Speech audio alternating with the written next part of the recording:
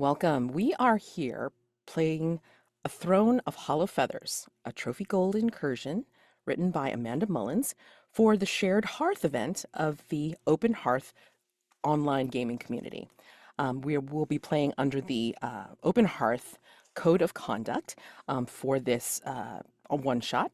And just want to go around and just do a quick player introduction, name, pronouns, and what you, excuse me, found of interest in signing up for this game. I'm Mads, they, them pronouns, and I've run a lot of trophy, both flavors, dark and gold, and I'm always loving the opportunity to either introduce or just, you know, play with other people to, try different incursions. And this one I've run once before, and I enjoy it so much that I don't mind running it again. So let me popcorn it over to Sabine.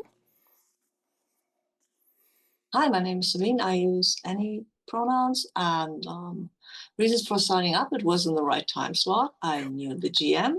Other players look great. So I haven't played Trophy in a while, but I kind of like it. So yeah, Awesome. stars aligned. Okay, popcorn it over to someone else. Of course, sorry. Dom. Hello everyone, my name is Dom, he, him pronouns, and the reason I signed up for this game, with three reasons, much like Sabine, it's in the right time slot, given that Asteris is part of the Shared Heart event, and I've got my schedule a bit packed for the coming weekend, so I'm happy that I found something that is available for me at the moment.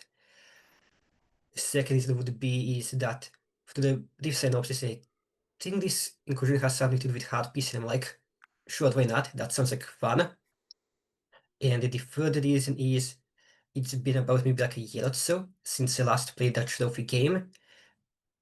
And this trophy game is run by mods, and I'm like, I need to keep that tradition of only playing trophy with mods alive. At least until someone else decides to run trophy in a suitable time slot. Yeah, so that's me. And so last but not least, T. Thank you. Tea-amat, you can just call me T, she, her. And I've played Trophy Dark once a while ago. I've never tried Trophy Gold. Always love trying new systems and love fantasy premise. Excited to get into it. Awesome. All right. Well, welcome to the table, all of you. So I'm going to go into a round of cats, which is going over concept, aim, tone, and subject matter. Again, we are playing under the Open Hearth Code of Conduct for this game, like, giving, again, expectations and just making sure that everybody knows what's on the table, again, what's available to you. And we will be going over safety tools that are also available to all of you and as well as myself to be able to play this game. All right, so concept. Trophy Gold itself, the system, is a game about desperate treasure hunters entering a forest of or other haunted space that doesn't want them there, right? The aim for this particular incursion is you will play a crew tasked with retrieving a princess from a failed sacrifice site. But you are also treasure hunters motivated by a near impossible goal to seek out riches in the forgotten places of the world. You are not heroes, but entitled pillagers there to secure your wants and needs. Your desperate state encourages you to take dangerous risks, and you will often put yourself in harm's way to try to better your circumstances. The tone of Trophy Gold is risky and driven. You may encounter conflict or tension between treasure hunters, but more often you will be facing dangers from monsters or the environment itself. The eh, sorry, the subject matter. This game will be R-rated. Your treasure hunters are willing to make dangerous choices. The game will likely be violent, terrifying, and include scenes of bodily horror and loss of self-control. Call out any other particular subject matter that will be happening, and we will go over that when we go over our safety tab, which includes lines and veils, things that will be noticed as inherent or more likely in trophy. So we will definitely go over that when we go over safety. But yeah, subject matter will be pretty R-rated, or the possibility of such. Gameplay. Gameplay itself is highly collaborative and improvisational. Players have a lot of say over the world itself and can introduce story elements that no one, not even the GM, was expecting, and play moves between the fiction and the metagame frequently. The game runs best when everyone feels comfortable offering up their ideas. It uses six-sided dice of two colors, light and dark, to determine the outcome of risky actions. All right. And the safety tools that we have available to be able to make sure that everybody feels safe when we play are the X card. So if something seems objectionable or tonally off, wildly tonally off, you are welcome to say X card in, like, out loud, make X card in the chat, or like make an X with your arms in the video. When that happens, we will stop playing, find out what needs to be X carded, taken out, like the specific thing that just, we don't want in our game, and we will continue play from there. You are welcome to explain why you want something X carded, but you do not have to. We won't have to ask you why you want something X carded.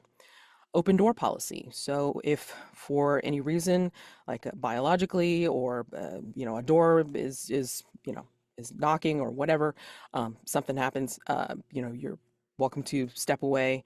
Just say that you have to step away, and just let us know if it's for a scene for a few minutes, or if by chance that during a break you decide this is not the game for you. You're welcome to take the open door and say, yeah, I'm just gonna step away. Just let us know that when you're coming back, or if you're not coming back.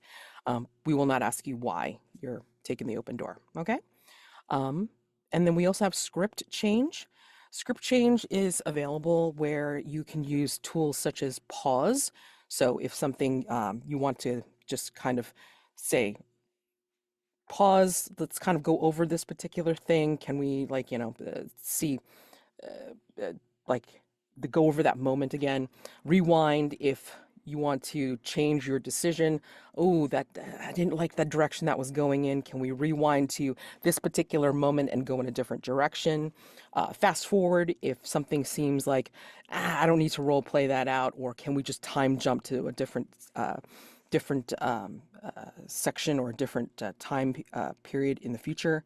You can use fast forward, and yeah, I mean, those are the tools that you have available with script change. All right. And lines and veils. Lines are things that we mark as not included in our game whatsoever. They will not be included as topics in our game. And veils are things that can be mentioned maybe as part of a flashback, a backstory, memory, what have you. But for the most part, they will not be role played out. They will go fade to black. And again, be veiled for the topic. And there's a safety tab where we have the lines and veils that you can check off or add to the list of things to completely line out or veil. There's also an ask first column, so if it seems to be something that could be a little bit iffy, then go ahead and mark that as an ask first. So if we're nearing that particular topic, we know to kind of slow down and perhaps pause before we get there and say, hey, can I mention this? It's perfectly fine to get to that particular point. And interest. Interest is things that you'd like to see in the game, or maybe are more inherent within the incursion itself. So, for instance, there's warnings, content warnings in this particular incursion for harm to pet or domestic animals, harm to wild animals, and there's a high possibility of PC betrayal in Trophy as a whole. There's also incursion warnings for sacrifice, death, and betrayal. So if everybody's cool on those, or at least relatively cool on those that they're going to be mentioned, then we can proceed, okay? And this is a living document. So if at any point something is sort of okay in like one moment, but not in a future moment, perfectly fine to mark it off, signal me, DM me or whatever, just to make sure that I understand that something changed in the safety document. We'll stop, we'll go over it, and just make sure everybody feels like we're all on the same page. Okay, so just make sure that like everybody's clued in. Call it out if you need to. Just say, hey, let's pause, we just need to check a change in the safety. Okay. Yeah, so you can completely add to this document at any point during the game itself. All I ask is that you do not downgrade anybody's current markings. So a line cannot be downgraded to a veil, and a veil cannot be downgraded to an ask first, and so on. All right, so all right, I think I've covered all of that. Any questions about the safety or the cats at all about the incursion? And we're cool. Okay, so now we go to the somewhat interesting part. I'm actually going to pause the video for this because we don't need to have like a lot of space or discussion about character creation. When we come back from the recording pause, we're going to introduce our characters that will be trying to rescue the princess. So let's go ahead and do that right now. All right. So we have had the players finish creating their characters. Before we get introduced to these people, then I'm going to go ahead and just go over a couple of mechanics for Trophy Gold. One of the things that's unique to Trophy Gold than Dark is that it has hunt tokens. The hunt role itself is their way of the characters to be able to find out things about the world, and also to be able to try and find some treasure. The thing about Trophy Gold characters is that they go in desperate. They go in debt. Everything that they own, or they don't really own, because they're indebted to somebody else for it. So they have to meet a burden total. So depending on how big their burdens are, they have to earn as much gold or more than that to be able to not be in debt by the time they come out of the incursion or they return home. So, if you have 4 burdens, you must have at least 4 gold by the time you leave the incursion to be able to say, hey, I can continue on with my character. Otherwise, the character will go into debtor's jail and has to be retired. Oh boy. Yeah. So again, hunt tokens are your way of earning, depending on what the hunt role says. Hunt tokens are the way to not only find out information about the world, but you can always trade in a hunt token for a piece of treasure that can be traded out for gold later on, and anytime during the game. So, you could be someplace and you can say, I want to trade in my hunt token for, an equal amount of treasure, and I can do that at any point. The reason that you may want to do that is because there's a chance that your role may betray you. There are roles that will say you lose all hunt tokens, and in which case you're done. You go back to 0, which sucks. So you may want to trade them in as soon as possible. But if you do, not hoard them, but collect them, even as a group, 3 hunt tokens from one person or from across the table, 3 hunt tokens automatically completes what's known as a set. So each of the Trophy Gold incursions comes in different segments, scenes that are labeled sets, and each set has its own goal. So 3 hunt tokens automatically gets you achieving the set goal. So at any point you don't want to go through whatever the set has, then you can always trade in 3 hunt tokens and get it done. So that's what you got. All right. And then I can explain further on other mechanics as we go along, but I don't want to delay us any further. So let's get introduced to these characters, and then we can get started with the incursion in earnest. Okay, so let me go ahead and start with left to right on the character keeper. So T, please introduce us to Ifori. Yeah, I think Ifori makes sense. So she is a lamb, professional sacrifice, and formerly was an impeached official. And this was I used the random character generator, and I really like that tension. So excited to see where that goes. And I think in order to her debt is actually because she stole from the church in order to finance this expedition, because she wants to return the princess to the council because you can't take back a sacrifice. So she's here on an ideological mission. But also, if she doesn't get that gold, stuff's going to go real bad for her. I think debtor's prison is sort of on the upper list of nice things. Like that would be best possible outcome. So she's definitely desperate to accrue wealth and also complete her goal. Fabulous. All right. And then just so you guys know that like once we get the incursion started, you can describe your characters because I'll always ask for like an establishing scene, like what you guys are doing.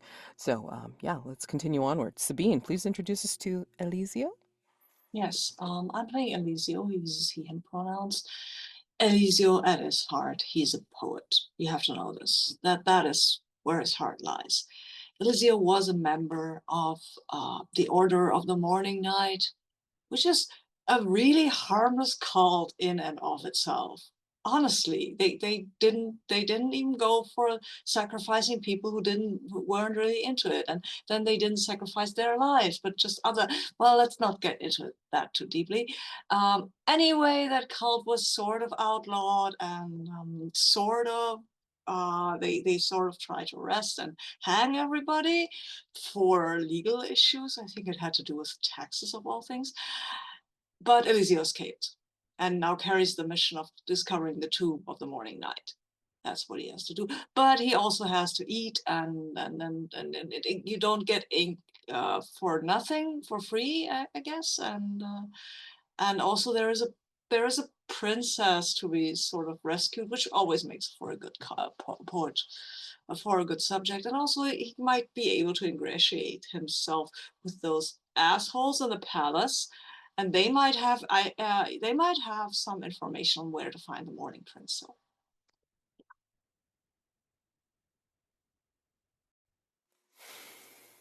Love this. Love this altruism. All right, great. Dom, please introduce us to Laro. Laro, the DM, in the past, they were an errant knight in the, I'm guessing, kingdoms are Naturalist, doing a basic knight according to the actual code, but at one point, something happened that at least we might learn about in the incursion. We'll see. We're keeping it open-ended and vague so far.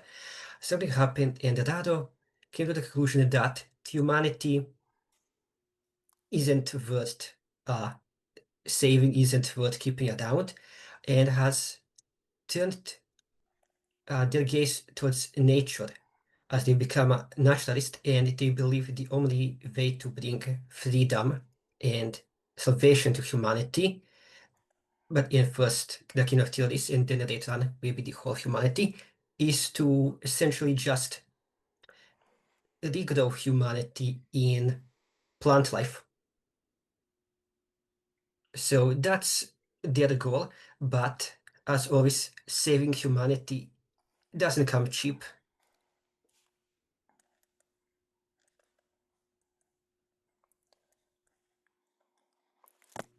I mean, potting mix alone, oof, the expense. Yes, yes, absolutely. Oh my gosh. Amazing. Okay. Yeah. So we have our burdened characters who are loaded to be able to make this quest. And quest it is. I will read off Trophy Dark incursions usually start with a poem. This particular incursion comes with an introduction, which I will read right now. But before we get started, any questions before we begin? No? Okay. All right. So this again is playing, we are playing a throne of hollow feathers. If the gods will not keep their oath, roared the King of Otwan. "Then we need not keep ours! Bring me back my daughter!" Otwan has, of late, been plagued by shrieking winds, stolen livestock, and a season of shore-battering storms. To appease the gods, the people of Otwan sent their beloved princess Valessa in a ship laden with treasure to die on a cliff-ringed isle where harpies roost. It didn't work. The king, overcome with grief and rage, demands that you retrieve her. You may keep any treasure you find, and may even win the hand of the princess herself. The theme of this incursion, because every trophy incursion has a theme, is sacrifice. We begin with the mourning shore. Mourning as in grieving. Waves crash against the beach. Signs of past sacrifices litter the rocky shores. Rusted weapons and armor are seen strewn on the beach. Scavenger birds watch from atop the cliffs, their beady eyes watching your every move. As your little ship comes up onto the rocks, please let me know what your character looks like and what is their first action upon the shore, seeing these sights on this isle.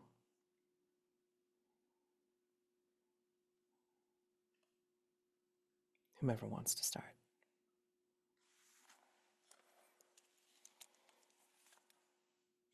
I can start. I think Elisio is wearing well, not armor per se, because that's not what a poet wears, right?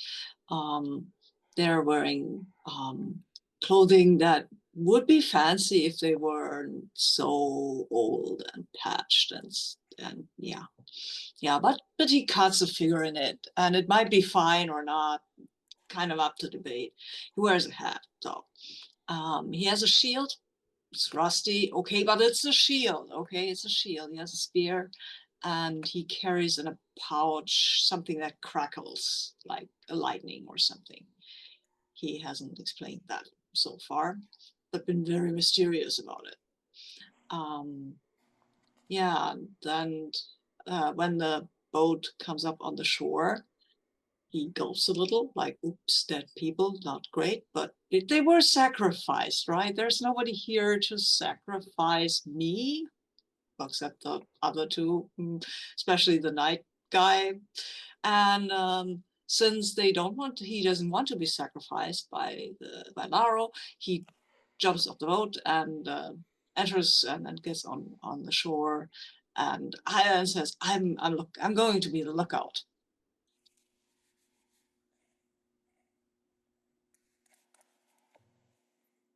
Who's next? I guess when like the camera zooms in to look at Dado, we'll see this. At first glance, it definitely like looks like a knight. But I think like on the close inspection, you'll see that while they are wearing armor, it seems that there's a lot of overgrown na nature all over the armor. There's various like leaves and algae and twigs are popping out of the armor, as it looks more as if this is a sort of armor that's just been like left out in like an open forest for far too long, and nature has like slowly like taken over it. But this sort of armor just like walks about as once the boat docks at shore, that will just, without saying anything, just like hop onto the shore, walk to like the nearest like sacrifices or the remains of what should be sacrifices. And because it's a shore, imagine that it's quite sandy, quite rocky, and that will, I think, maybe quietly, not under their breath, but also not like loudly, expressing some like Just like what a waste of perfectly good fertilizer.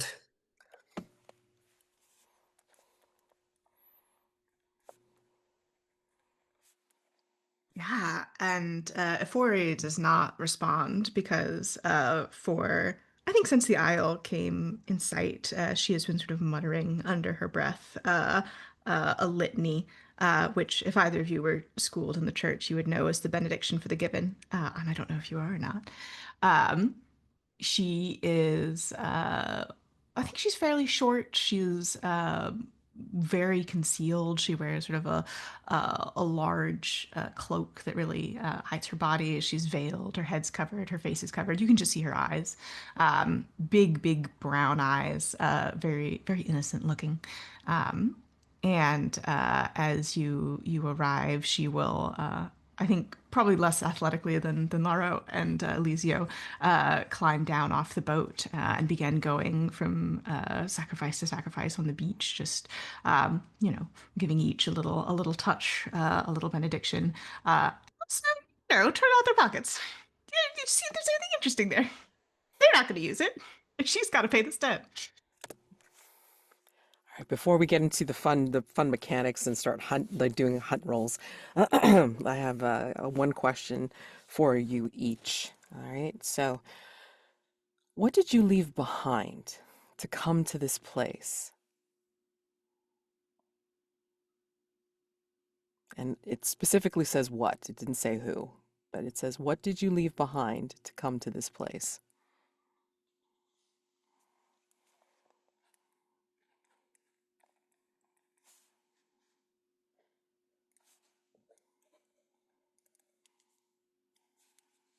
I think I escaped the cult with the Morning Night sword. It's a huge sword. I can't wield it. It and you can't really sell it because the Morning Night has been outlawed and all of that shit.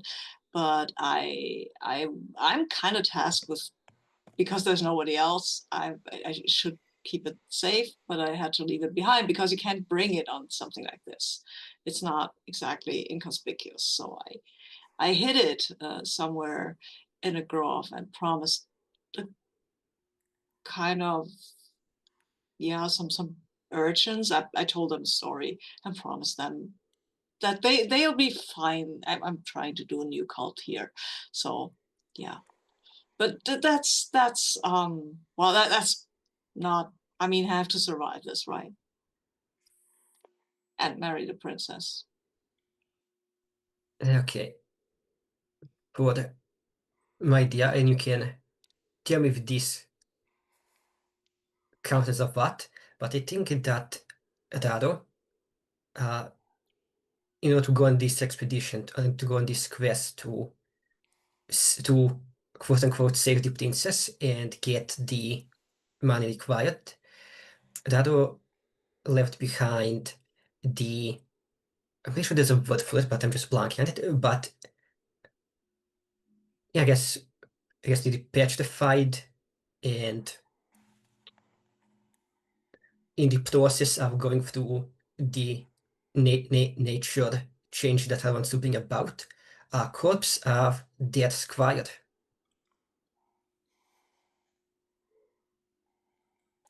And if you want to give the squire a name, then let's just say maybe let's go Osto. I'm gonna put in chat as well. We like Osto the squire, who's in the process of turning into what Adal wants to bring about to mankind. Is he turning into a tree, or as a symbol of your fealty to the forest, or is he Sure, why not? dead? Oh, okay. So he is But turning I into a think, tree. yeah, I think it's like one of those. He's a corpse like that's turning into a tree. Okay. Oh man. Did Laro kill him? Yeah, let's not ask questions we don't want the answers to. And Ifori, what did you leave behind?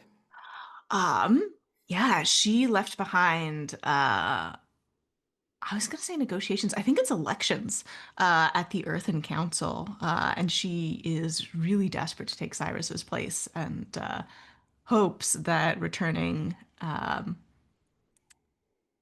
successful, let's put it that way, will give her the clout she needs to win this election.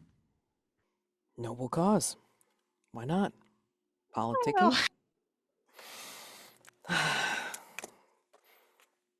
Sarcasm. All right, great. So, your goal for this particular set on the morning shore is to reach the cliffside pathway. So, again, this is pretty rocky. You can see the scavenger birds, like, waiting anxiously on the cliffs, but you have to try and get to the pathway upwards on the cliffside. So, you all hear the wind screeching, even though the sea, as you are on it, was calm. What do you hear in this wind that screams past you? I think perhaps anything that maybe at least Adalo hears. Just like the wind screams past these, an invitation to venture deeper into the isle. Yes. Yeah, I think I hear the morning night telling me that this is a test of my worthiness. And I really try not to hear any doubt in those wind screechies, because I'm sure he trusts me. I mean, I'm the only one. yeah. I think to Euphoria it sounds like uh, a hymn that is sung as people go to be sacrificed, which will eventually one day be her fate. But she was kind of hoping it wouldn't be now, so I think she's a little bit jumpy. Wait, you hear the hymn in the wind of that is sung before the sacrifice is made. Who's Yes. singing? Uh, she doesn't know. She's looking around, excuse me, at the dead, and I think she's just sort of like holding a skull, and she's gonna lift the mouth to her ear and just sort of listen carefully. Oh, What? If it's them, it's not that one. right. Exactly. All right. So, again, your goal is to reach the cliffside pathway, and you are welcome to make moves. You have the option of the hunt roll, again, to get more information about the area or to, do something. Um, if you do something risky, that incurs a risk roll, which has its own uh, set of rules. And then, of course, if you decide to use a ritual in some way, that has incurs risk. So we'll go with whatever you decide to do. So, what would you like to do here on this shore to try and start to reach the cliffside pathway? I I have mean, an idea. Euphoria okay. You go ahead. I don't know that it's necessarily going to help us reach the cliff pathway, but Euphoria is turning pockets inside out, as much as anybody here has pockets. Sure, fair. I mean, respect for like Alex of the dead. Oh, absolutely. Please, let's go ahead and refer to the reference sheet if you want to follow along with how the move works, how the roll works. And it's essentially doing a hunt roll, which is allowing you to explore your environment. Boy, howdy, are you exploring. So when you press ever deeper in pursuit of a specific and immediate goal, describe how you are exploring your environment, which you are going to gather your dice. So you take a light die just for exploring the world and asking the GM questions about it, which you are. So first light die. And then you're going to take a second light die if you have a skill or a piece of equipment that would make your hunt easier.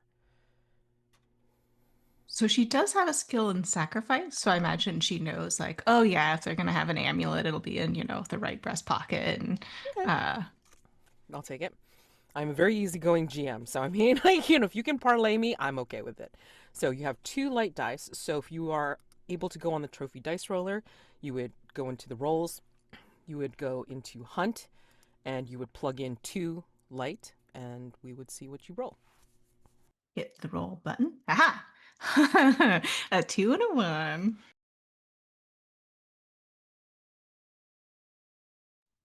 It looks as if I'm going to be encountering something terrible. Yes, it does. Oh boy. Okay. Love that stuff. Okay. Can you reroll this when taking a dark die? Is the trophy dark specific? I think like when you do it in a risk roll, because it kind of gives you that option, right? But for hunt roll, no. It's just like directly like, no, you get something bad because you fail.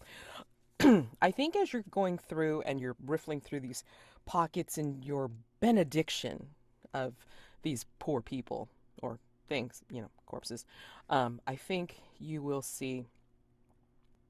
I think you will accidentally move one of these corpses and you don't realize that you are on very shaky or um, uh, brittle rock, like a rock shelf, because it slides out from underneath you, right? It's like the body was on driftwood and it's concealing a pit lined with sharp coral shards.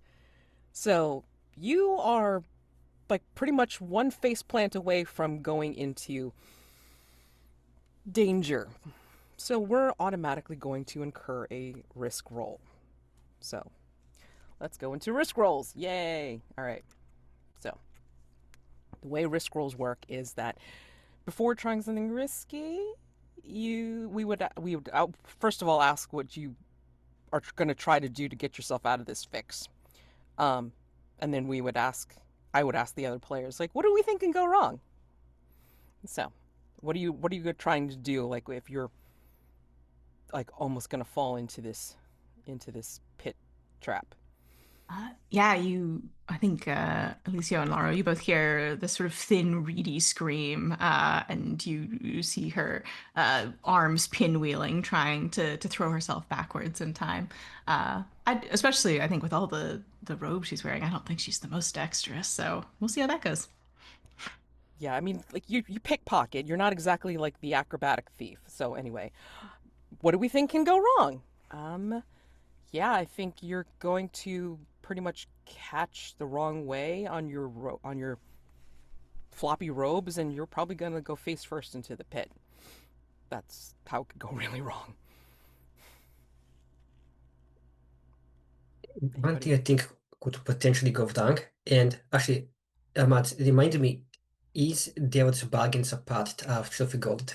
Yes, but we were not at that part of the risk roll yet. We're just at Hmm. the what could go wrong if she fails.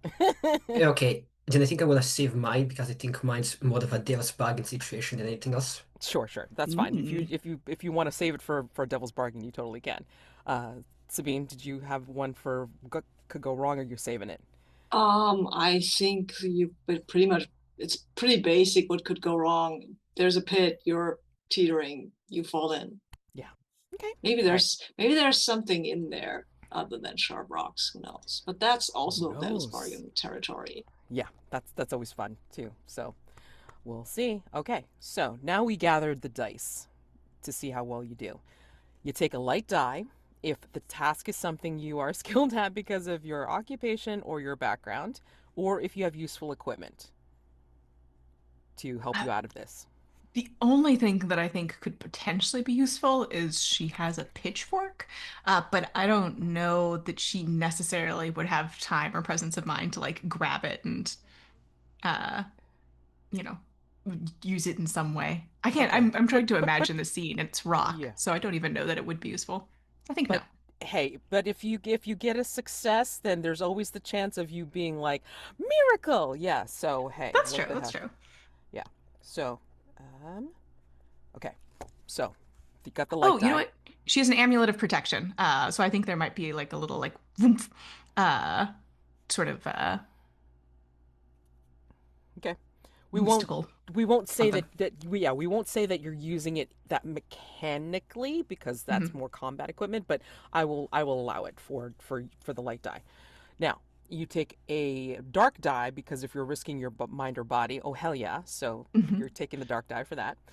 Now the light die. The second light die to increase your odds of success is for accepting a devil's bargain. And the way that works is it's always prefaced with no matter what. Whatever we mention as a devil's bargain will always happen regardless of the roll. All right? So myself and the other players will suggest a possible devil's bargain. Now, you can either accept to get the second light die. You can tweak it if you like it, but you want to adjust it a little bit. Or you don't have to accept and you don't get that second light die. Okay, so those are your options. All right. So, what do we got for devil's bargain? What will Well, happen no matter what? for my devil's bargain, I think that perhaps no matter what happens, is that Ifori will gonna get a scratch from one of the corner and she will catch something. You mean like some kind of rash or some kind of thingy?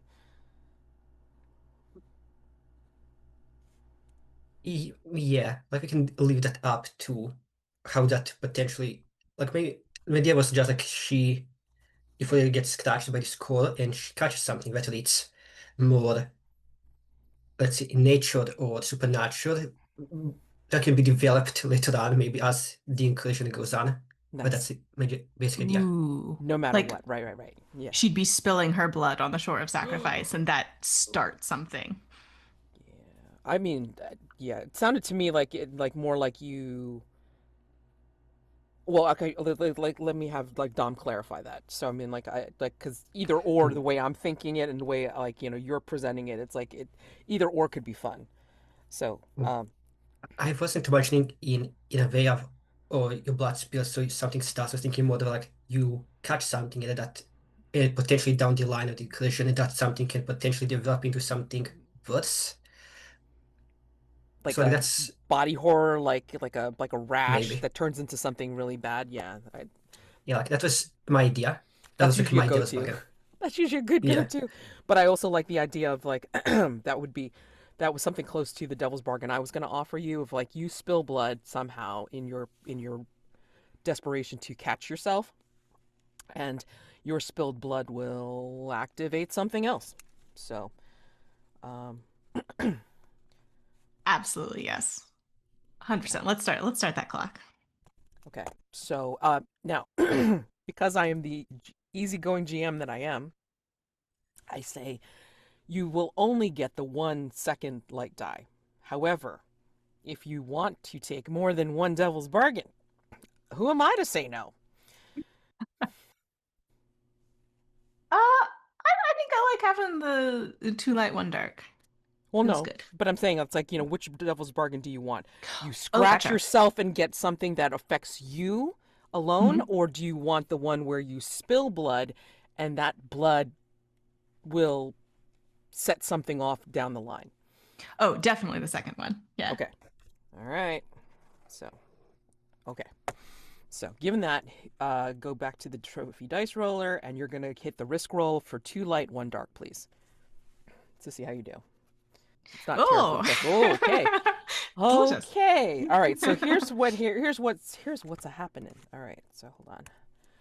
Okay. So you rolled 5 dark is high. Mhm. And in this case, if the dark die is higher than your current ruin, which it Sure is, is. your ruin goes up by 1. What that means is 5 means you succeed. You succeed with a complication. And most likely the complication is what is increasing your ruin. Now, ruin um, for trophy is means that you are getting. It's the strangeness. It's kind of like like mechanically, it's kind of like the hit points in trophy, but it's also like your tie, your tether to the strangeness of the haunted forest that you've decided to try and explore. And the closer you get to 6 ruin, the closer you are to getting lost in the darkness and the haunted space of this forest, okay, of this space that you're in. So tell me what you see or sense as you're rescuing yourself, like tell me what that looks like as you're helping yourself like not fall into the pit, that, you know, gets you closer to being lost to the environment. Yeah. So I think she's sort of windmilling back, and it does work, right? And she flings her hands behind herself and is able to catch herself and scramble back. And as she does, there's one of these sharpened spikes of coral is under the sand, and she doesn't see it, and it cuts a gash in her hand. And she sort of like hisses and looks at her palm, and some blood drips from it onto the sand, and just disappears. And she swears very quietly under her breath.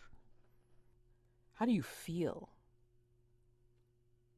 having that close call and then like seeing your blood spill and suddenly get sucked into the sand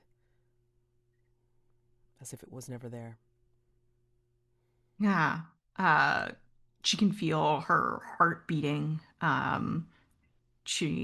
Her breath is ragged, and she is sort of desperately looking around at Elisio and Laro and uh, terrified that they have noticed what has just happened.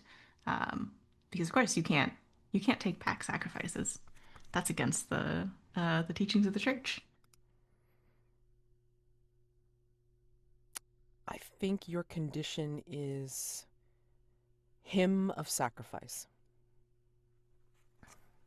And the trick about conditions is that it does not necessarily have any mechanical effect, but it gives you flavor for future uh, continued role playing. Okay, so if you can incorporate your role play with these conditions now upon you, you know, like that just adds more flavor to what you're doing, right? Because these are things that are starting to affect you as you go further. Okay, and then yeah, you've raised your ruin, and things are gonna get weird. Um, so we'll see how this goes. All right. As this is happening, Euphoria like saving herself, and maybe you hear her, you know, say what she says or screams. What are you two doing? I don't want to talk to the scavenger birds Oh, okay. because I mean they might know where we need to go, and I have a cage with 3 rats, so Oh, nice. I might be able to just bribe them to show us where to go. Okay. Talk to scavenger birds. All right, great. This would be a hunt roll for sure. And like, you definitely Okay. have the equipment, so you did get that first light die. Yeah. Excuse me, Okay. that's you get the 2 light die Yeah. because you have the equipment and you have the question. So Yeah. go ahead and do the Any way to get more dice? but with a hunt roll, no. No. Okay. Okay. Then I'm just rolling these 2 dice. Yes. Ooh, it's a 6 and a 3. Nice. All right, you automatically succeed. So let me give you something good for this. So I get a hunt token, right? Yes, you do. I And do. again, you get a hunt token, and I can give you some information for this, what you get from the birds. And again, you Mhm. can at any point like trade in your hunt token for something worth some gold. All right. Yes. Give me a minute. So you're going to talk to the scavenger birds to find out the best way to get up to the cliffside path. Yeah. Um, are you offering up like one of the rats and stuff? Is that what I you're will doing? offer I will offer greetings at first. I mean, I am also skilled in persuasion. The rats are more like if that doesn't work, I can offer a rat. But I Yeah. mean, these are my rats, right? So Yeah. I have only have 3. We might need them further on. So I'll try with persuasion first and greet them, beautiful guardians of this sacred shore. We have come for an sacred mission to go and find the one who was lost here, um, and to see if the gods have accepted the sacrifice, or if we should take her away so she will not desecrate this island further. These birds of varying sizes and crooked necks, they'll do that like alternating like eye Mhm. blink that they do. Mhm. And then one of them will yawn wildly, like widely, and like their maw looks like like this big chasm, and then like it snaps shut really quickly. But he'll say,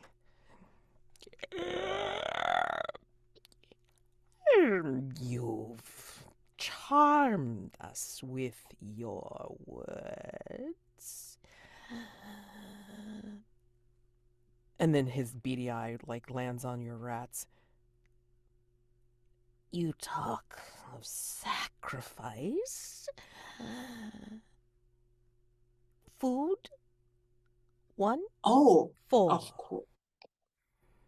Of course, I have brought a sacrifice for you, noble guardians, to to open the way in. And if we return, I will provide you with further sacrifice to open the way out.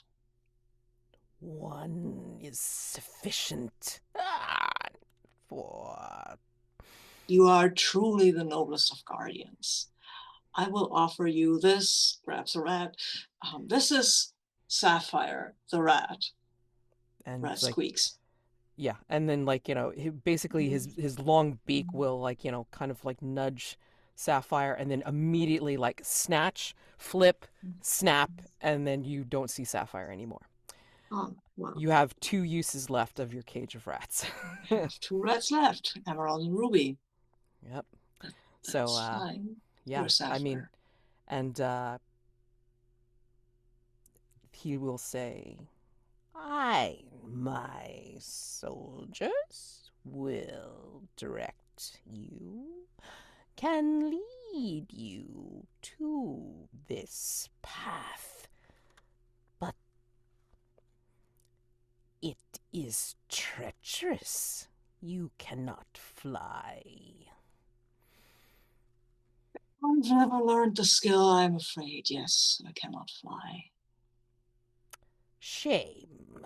You Oh, seem graceful enough for a thank human. you. Thank you. And yeah, I mean, you can he'll like start to flap with his 2 companions, and what he'll do is like his shadow will kind of like show you a path upward. Now, it is a bit treacherous because there's like sand, driftwood, and rocks. But as Ifori found out, it's like some of that stuff could slide out from under you, or like be very, very, you know, treacherous underfoot. Being so close to the shore. So you have to be very careful.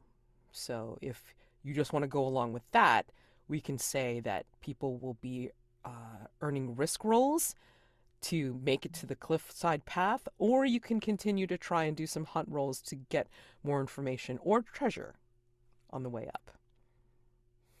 So, um, has gotten you information, and you can follow the great shadow up of your new friend.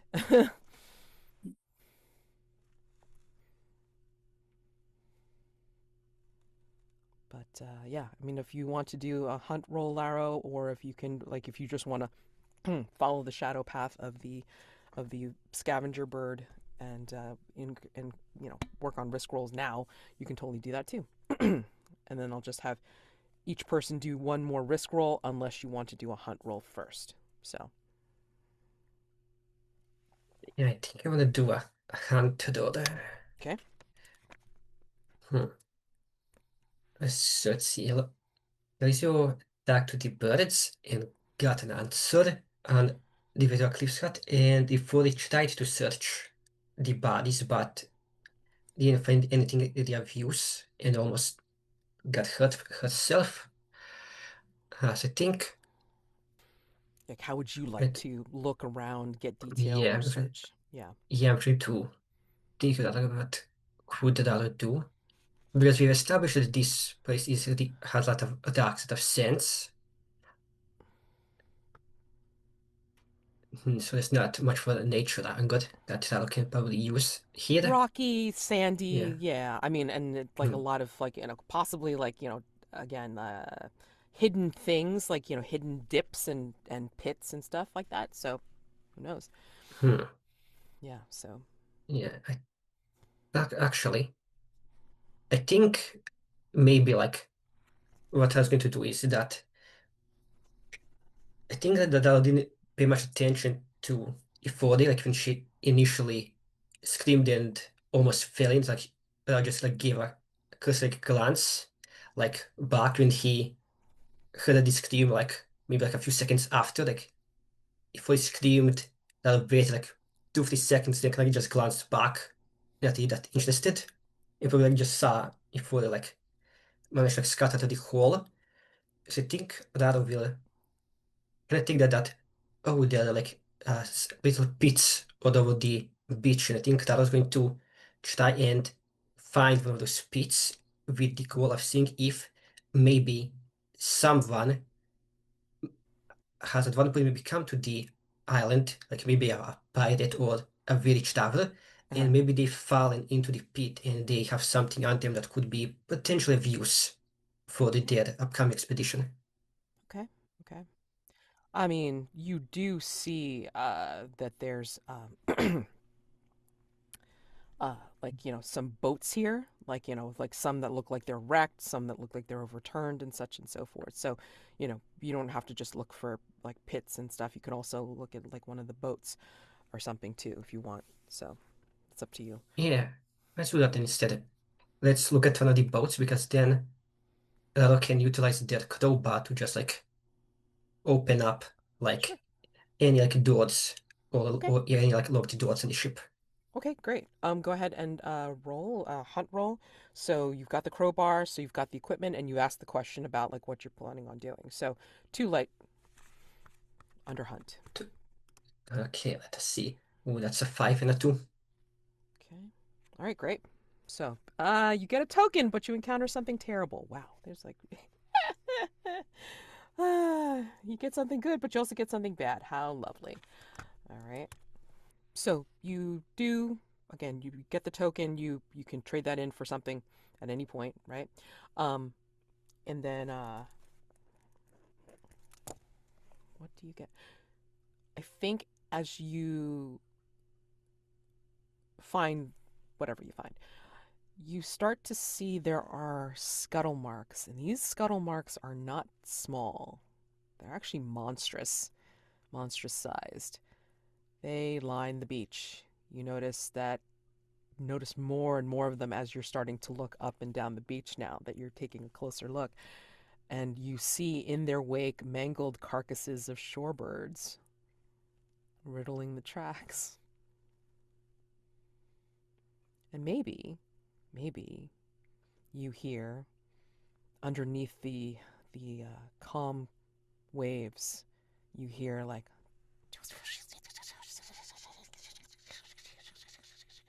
like that kind of scuttling sound, but louder, as if it's something bigger.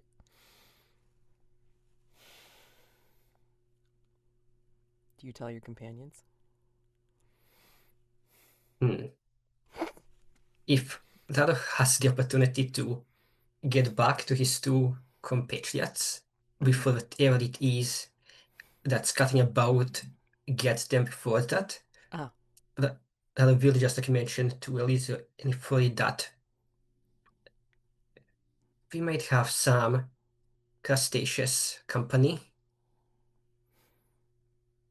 Oh, that is well, we have a way up the cliffs here, and I think the crabs at least would be very good at scuttling and things like that, but they are not known to climb very well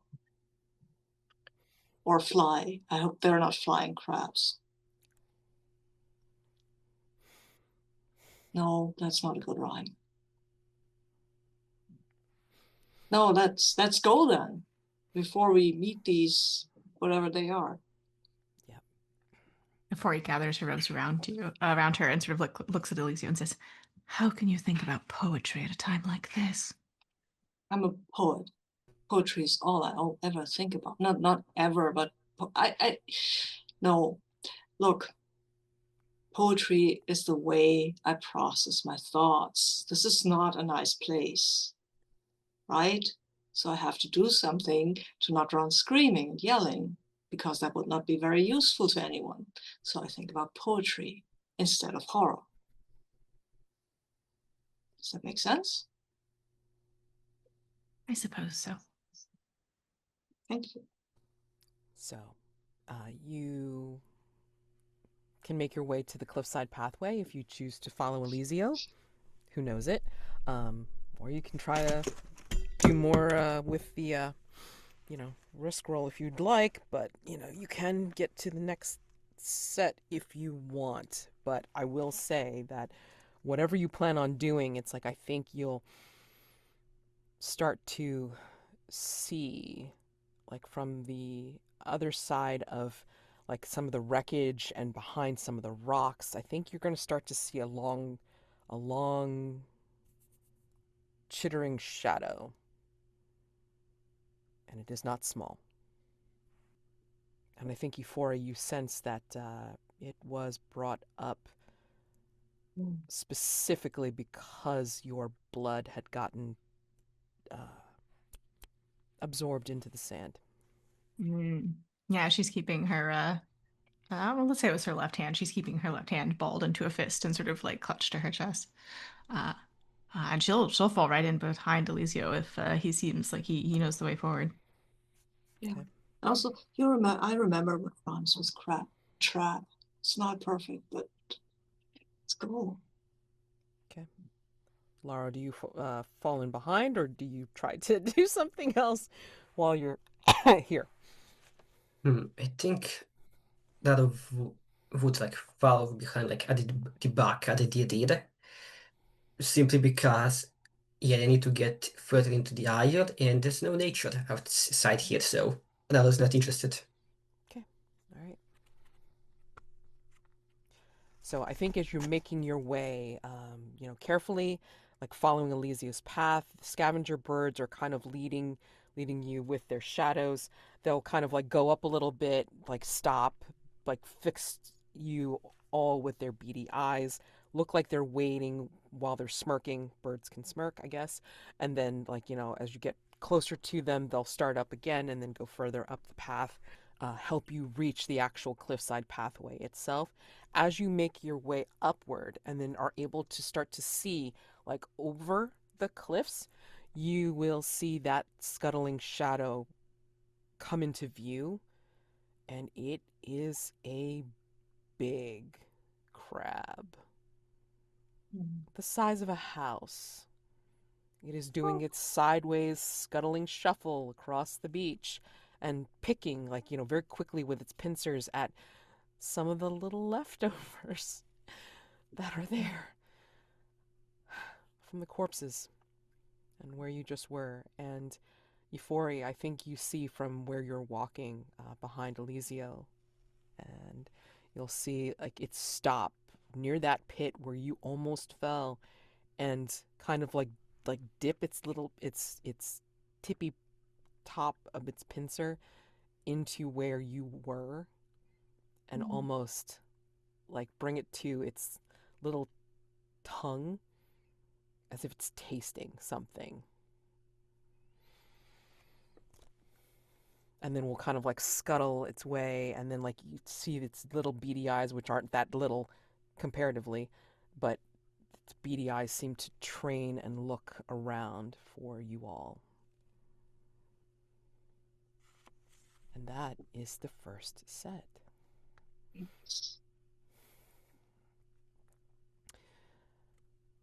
The Steps of Sorrow. As you make your way the cliffside pathway, you then see a cliff face looming above, streaked with bands of blue-green stone. Up here, the narrow steps wind up the rock, each worn smooth by centuries of use, and there's a weathered altar holding faded offerings at the base of the climb, trinkets, feathers, teeth. This is a question for all of you, actually. Just curious to see what you think. Which of you do you think will actually claim the princess's hand? As you see this next obstacle, this question pops up into your mind. Which of you do you think will actually claim the princess's hand? I mean, Elisio thinks that he might stand a chance, but also, on the other hand, Laro is a knight, and they're weird. Okay, yes, they are, but they are a knight, and there's some kind of bias, I guess, among the nobility for knight versus dude. So he's not as sure as he pretends to be. On the other hand, I think Laro believes that Elisio might claim the hand because, as Elisio, I imagine, has maybe like just like beat in this like over the head of both Laro and Ifori, maybe like on the ship, right over to the other that he is a poet. And I think other things like the princess is a noble lady. Noble ladies enjoy poems. And Elisio certainly has a way with words. Like he managed to persuade a bird to help out. I think like Elisio like has a good chance, but then again, that doesn't really care about the princess's hand. I mean, I think Ifori hopes that it will be her, right? Because the princess is already, well, has been a sacrifice. Whether or not she agreed in the matter, I think is a separate open question. But she's hoping she can sort of remind the princess of her duty and return her. Um, I think she's definitely worried about Elisio being able to sway the princess with pretty words to abandoning her rightful duty. So I think Ifori is most concerned about Elisio, and just has a hard time getting a read on Laro. Not 100% sure what their aim is here. Exactly. So, your goal here for this particular set is to reach the top of the cliffs. Again, this is a cliff face streaked with this blue-green stone, and these narrow steps just wind up this rock. Worn smooth, so who knows how treacherous this path could be. And the weathered altar stands before you with all these old offerings. I think you will also see, if you decide to kind of just walk around a little bit, I think you'll see there's a frayed, blood-stained rope hanging over a sheer drop. What that means? Who knows? I think what Laro wants to do in this case is because this is probably an old site, so imagine that even though it is mostly stone, that there is like vegetation up here. There are like vines. There is some overgrowth. Possibly it's like some, like a lot of cliffs have those small trees, like the whole branch with at the side of the cliff. So I think Dado probably is like some of that. So I think Dado is going to like go over to probably this vegetation, probably some overgrown vines, Mhm. like under the rocks. And I think I was going to, I guess, get in contact with nature and trying to listen to see like what the plants, what the nature here says, like took place, like what happened in this, I guess, at the base of the sorcerer. Like what secrets can it show to that? You're asking the question, like, what happened here? All right. And what do you have as equipment or your skills to be able to do this? For skills, I have plants, and I'm trying to basically argue that Dado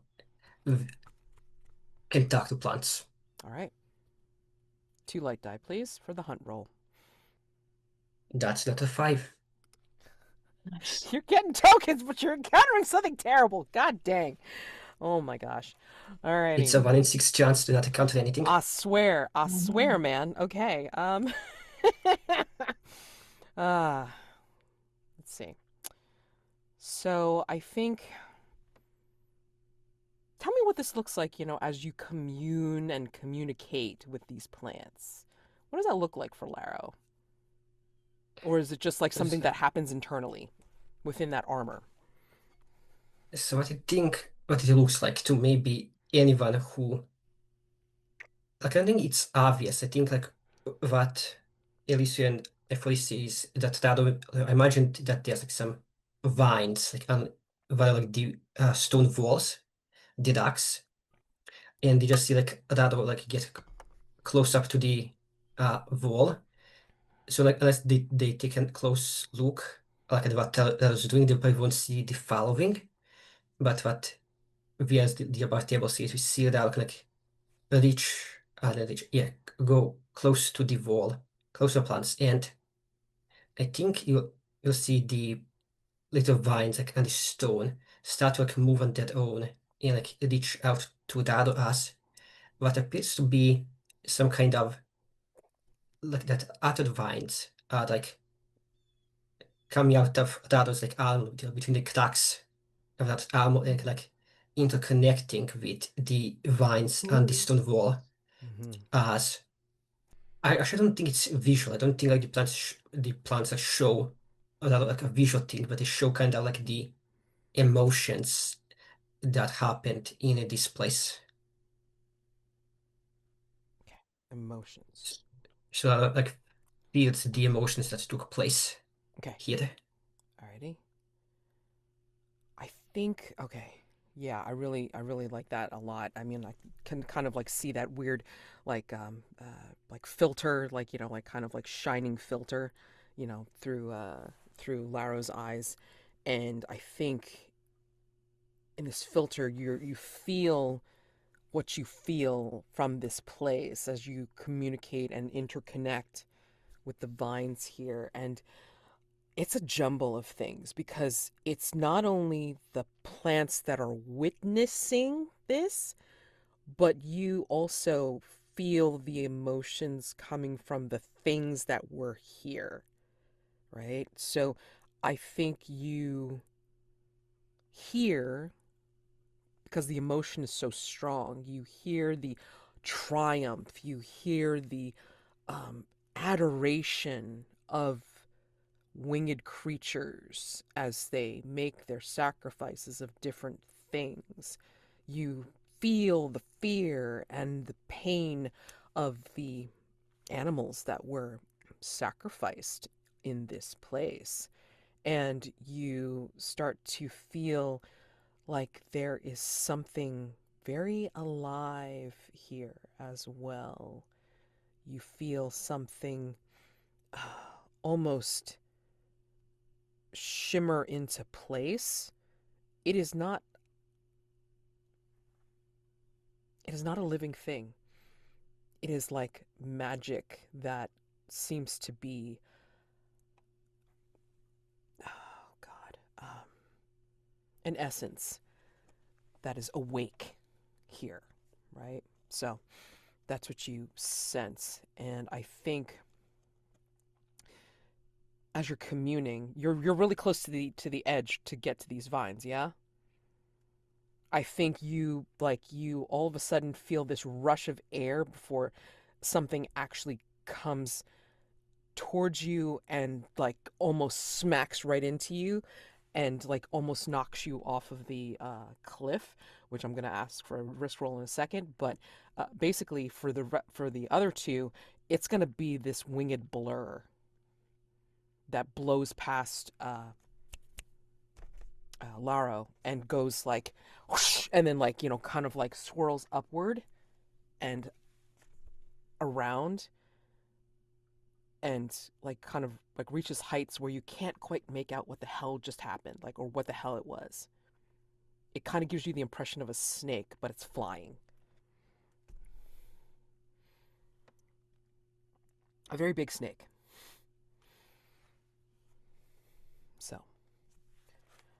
Laro, risk roll, please, because that thing got so damn close that it was almost knocking you off of the cliff. Got a lot of almost falling kind of problems here. So risk roll. You again will almost be knocked off the cliff. What else do we think can go wrong? Anybody have any other options for Laro if this goes really terribly wrong? Oh boy. It might take a little snap, little bitty bite as it goes by. Yeah, yeah, Uh, and it might grab Laro, or it might grab, something from Laro's pack, maybe. yeah. True. Or one of the plants that you've been communing with has started to grow into you. I love those things. Love those things. Yeah. That also could be a really great devil's bargain as well. So hold that Yeah. thought too. That's they make that really bad. All right. So, risk roll. Let's go to the reference sheet. All right. Light Yeah. die. Well, actually tell me what you're going to do to try to help yourself in this case. Okay, so the main risk is basically just falling off this cliff, correct? Yeah, that's the worst case right now. Okay. Then I think what that might do is that because I think that is was an Errant knight before this, and as an Errant knight that has experience dueling, and in duels you need to know how to keep your balance Nice. as Okay. not to fall. So that, so I think it's going to basically just be calling back on that knight skills to keep a balance to Great. not fall off. Great. That's your first light die then. Great. Dark die if you're risking mind or body, definitely body. Oh boy. And then your second light die comes from accepting a devil's bargain. Remember, this is always prefaced with no matter what. So regardless of the roll's result, this will happen. So anybody having devil's bargains, like that one that was mentioned before, like the plant that you're communing with will grow into you. I love that one. I don't know who gave it, but damn, that was cool. So yeah, I mean, It was Sabine. yeah, you can take that one with and tweak it if you'd like, or keep it as is, whatever. Any other devil's bargains you want to offer that would happen no matter what? Um, I mean, relying more again on sort of things from your more human past, maybe it's stressful to your plants and you're like a little bit like you dehydrate yourself, you're wilting a little bit, and you need to find fresh water at some point. oh boy. Mm. Although I feel like it's going to be really hard to top Sabine's. That was sick as hell. Yeah, I know. That's Yeah. so exciting. Oh my gosh. Setting the bar high. Yeah, serious. There's always one. There's always one that's just too damn delicious. I feel like I want to. Let's see. No matter what. Hmm. Oh, okay. I think because you are still kind of keyed into the emotions of this place, I think that you're going to be constantly haunted by the emotions that you felt. So, as you're trying to continue onward, regardless of the role, like you fall, whatever, you're going to be hearing uh, or feeling the emotions of all the things here, whether it be the harpies maybe that we're sacrificing slash the things that were being sacrificed. So, yeah. So you'll be feeling all of that, you know. Okay. So I'm going to, I think, tweak it, and by tweak it I mean I think I'm going to just take all three of them and just combine them into one because I like all the ideas. I really like the idea of just the vine that was connected to just snapping off and then I guess just shooting back into the armor and becoming part of Laro. And I can definitely see that perhaps in doing so, the emotions and that in this place can get soaked and hunt in Laro. And perhaps it's the stress of getting a new member of the family, so to say, does cause this sort of just I guess deliberating the fact rates, so just the stress required some sort of further nourishment to help stabilize it. Nice. So I'm going to take all 3 of those. Okay. All right. I will have a thingy for you. Like, when after you roll and we see how Yeah. well you do. Oh boy. Oh gosh. All right. So that's 2 light, 1 dark to start. Let's see. Okay, let's see. Okay, it's a 4 and a D light and a D dark. Yes, and if in the case of like a match on a light and a dark die for being high, dark is always considered high. So if Mhm. 4 is higher than your ruin goes up by 1. So tell us how you save yourself from falling down, but tell us also how whatever you see or sense, especially with all the shit that's gone down with your devil's bargain, um, has made you deeper, like, dig deeper into the haunted space that you're in. Mm. Okay, just to clarify, so that'll, because a 4 is a success with a complication, so that'll Yeah, falls down but not all the way down. it could be. Yeah.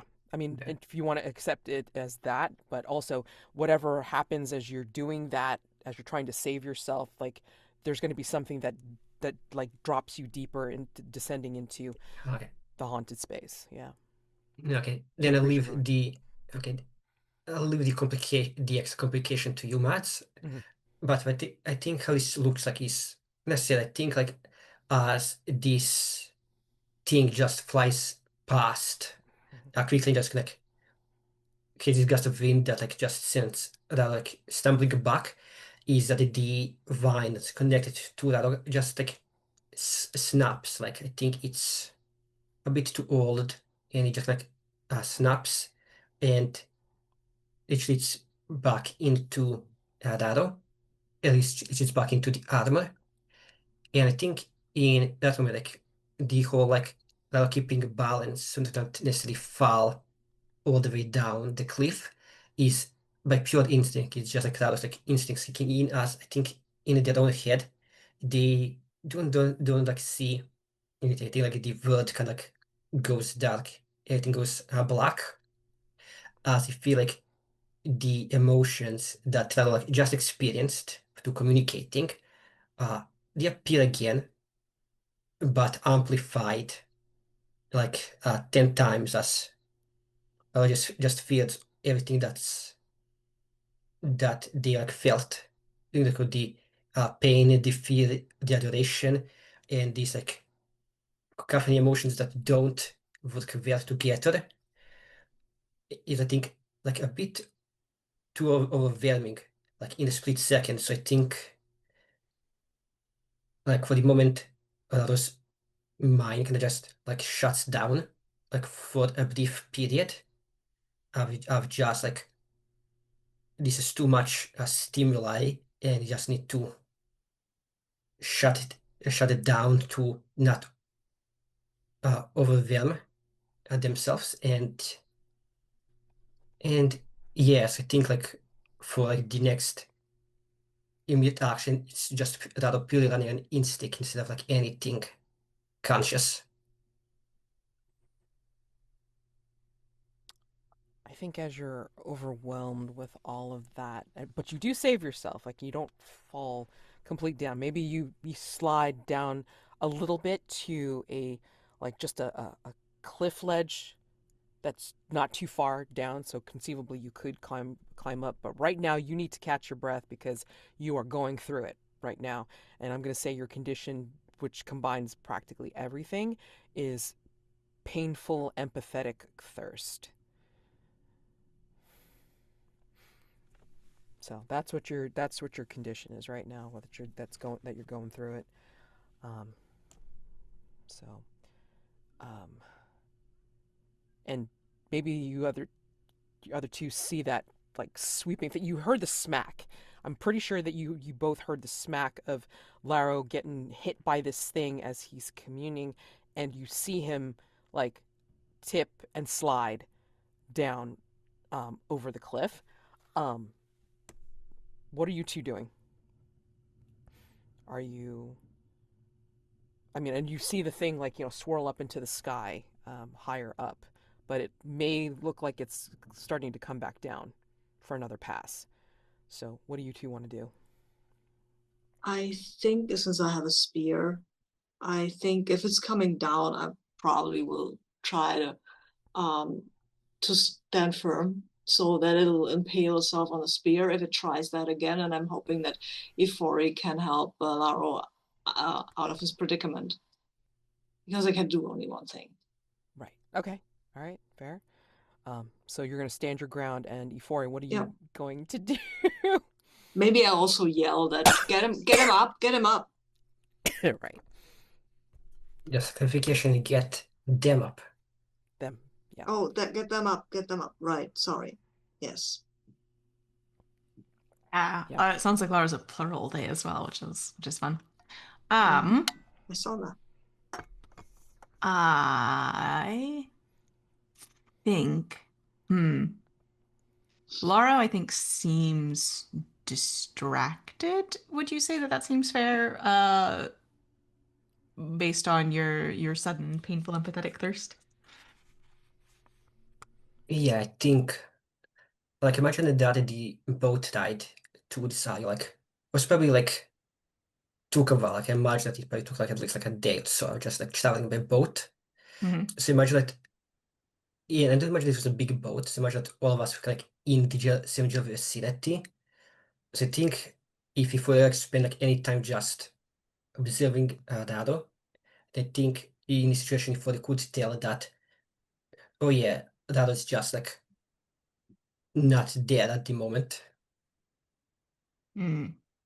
Um, so I think that Ifori, just not particularly, physical as a person, but there is something that she knows how to do, and that is to numb uh, to make potential sacrifices. Well, I mean, not potential, people who are going to be sacrificed, make that transition a little bit less horrific for the other people, right?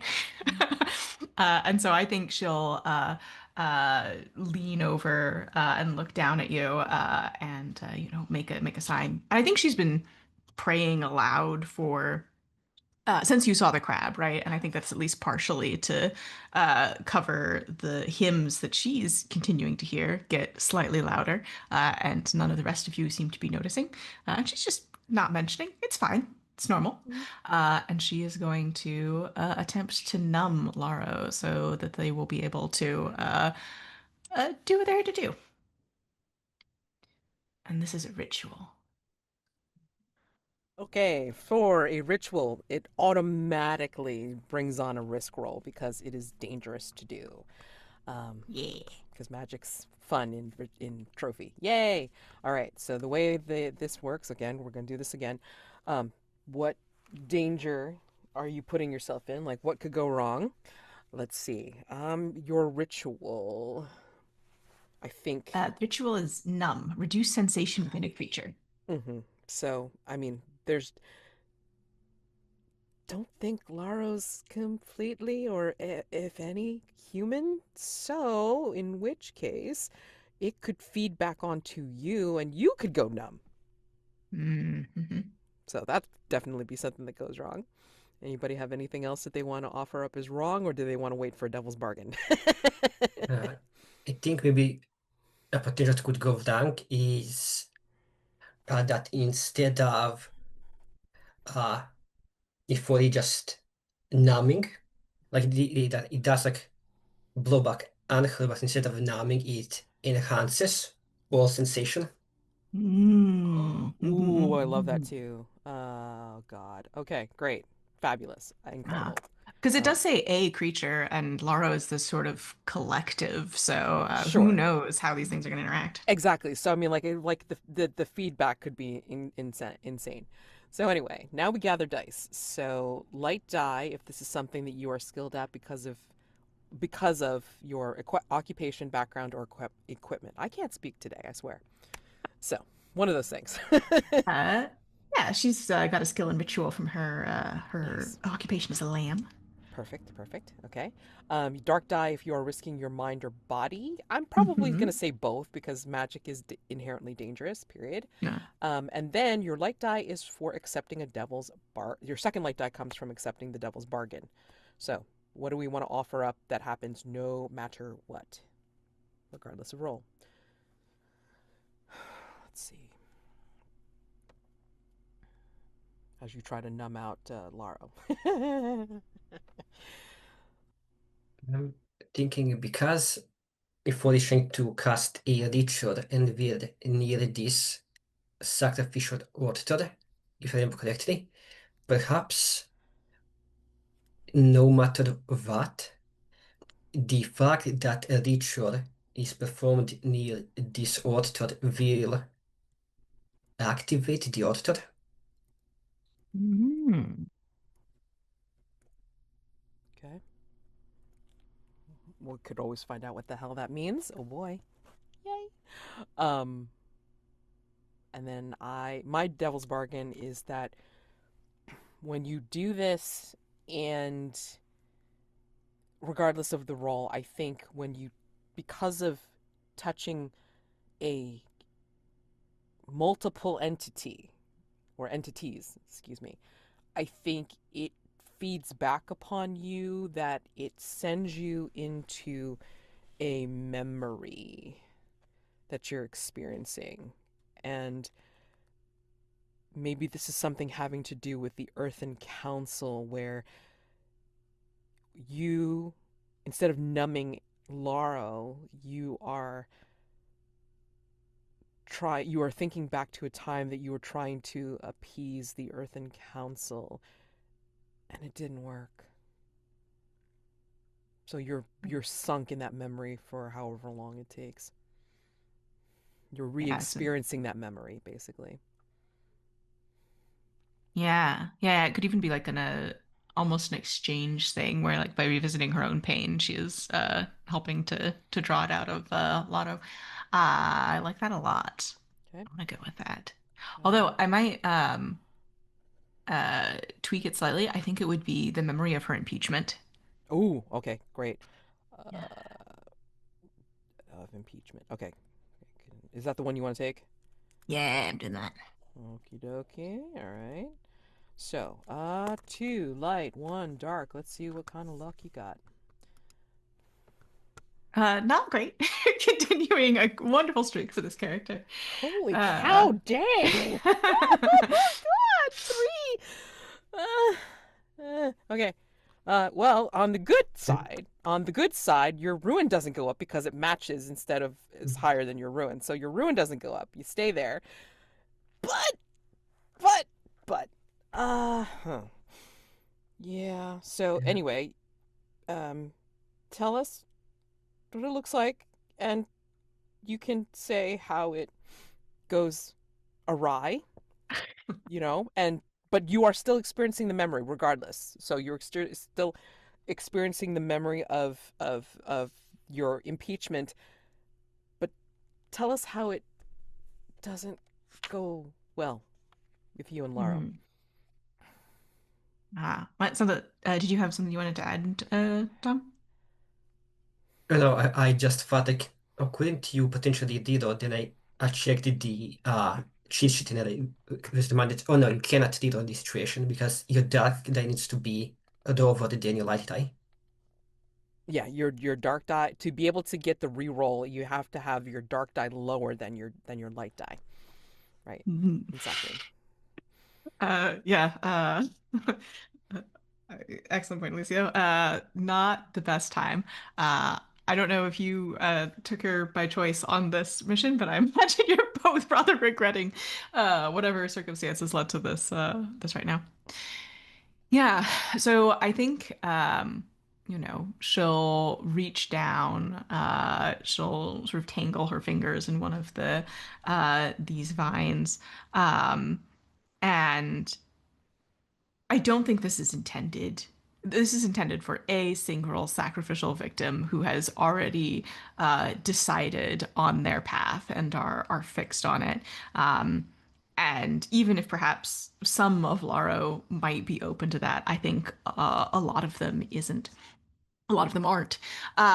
And I think she doesn't see this memory, but she, like when Lara was interacting with the plants earlier, she feels the emotions of it happening as if she were reliving it for the first time, right? The shame, the terror. Why was she impeached? I think her negligence in her role led to someone's death. And I think her options during the impeachment were to, embrace the death penalty herself or to take on this role of lamb, which would basically just be pushing it down the road a little bit. And so she is sort of locked in this, paroxysm of the worst moment of her life, which was pretty bad. Uh, and I think as part of this, because she's linked herself to Laro, they are also feeling the worst moment of her life, which again, fairly bad, not a great time. I think she stops praying as well. I think she just falls silent. And Elisio, again, you look over and she's just spacing out. Looks like she's doing straight up nothing. In the meantime, it's like, like Elisio, you turn away and then you see that thing coming back. You see that it is like a snub-nosed serpent of like horse sized proportions, but like no legs, no discernible legs or anything like that. Like very serpentine with the bat wings. But you see its fangs starting to gleam as it gets closer, and it is coming straight for you as it does its strafing run, coming back round. No, no, no, no, no, no, no, no, no. Damn it. No, I don't think my spirit will help me here, right? This is a little bit too big, and I'm not a knight, and the knight is kind of, well, anyway, overwhelmed, of course. So I need to do something different. I need to ask the Morning Prince for help here, because the Morning Prince is a deep sleeper, and maybe that snake could be too. Yes, maybe. Come on, I don't know. I don't think snakes are all that scared of fire. So I'll yeah, I'll have a flute. I will put oh yeah, because I've seen the snake charmers, right? And I will use the flute to charm the snake into either sleep, or if you say I can just persuade her, then I will do that. Give whatever you want to try to call. I mean, whatever you want to try to do. Sure.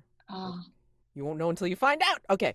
okay, I would love to. I would love to use the flute to kind of lure her to just sway with the sounds and the Okay. things. Okay. All right. Fair. I've seen that So, work. I've seen that work. okay. So then, like, instead of being like full combat roll, since you're Yep. dropping your spear, but you're picking up your flute, Mhm. then go ahead and use your brain risk roll. Thank you, to see if it Yes. works. Okay. Right.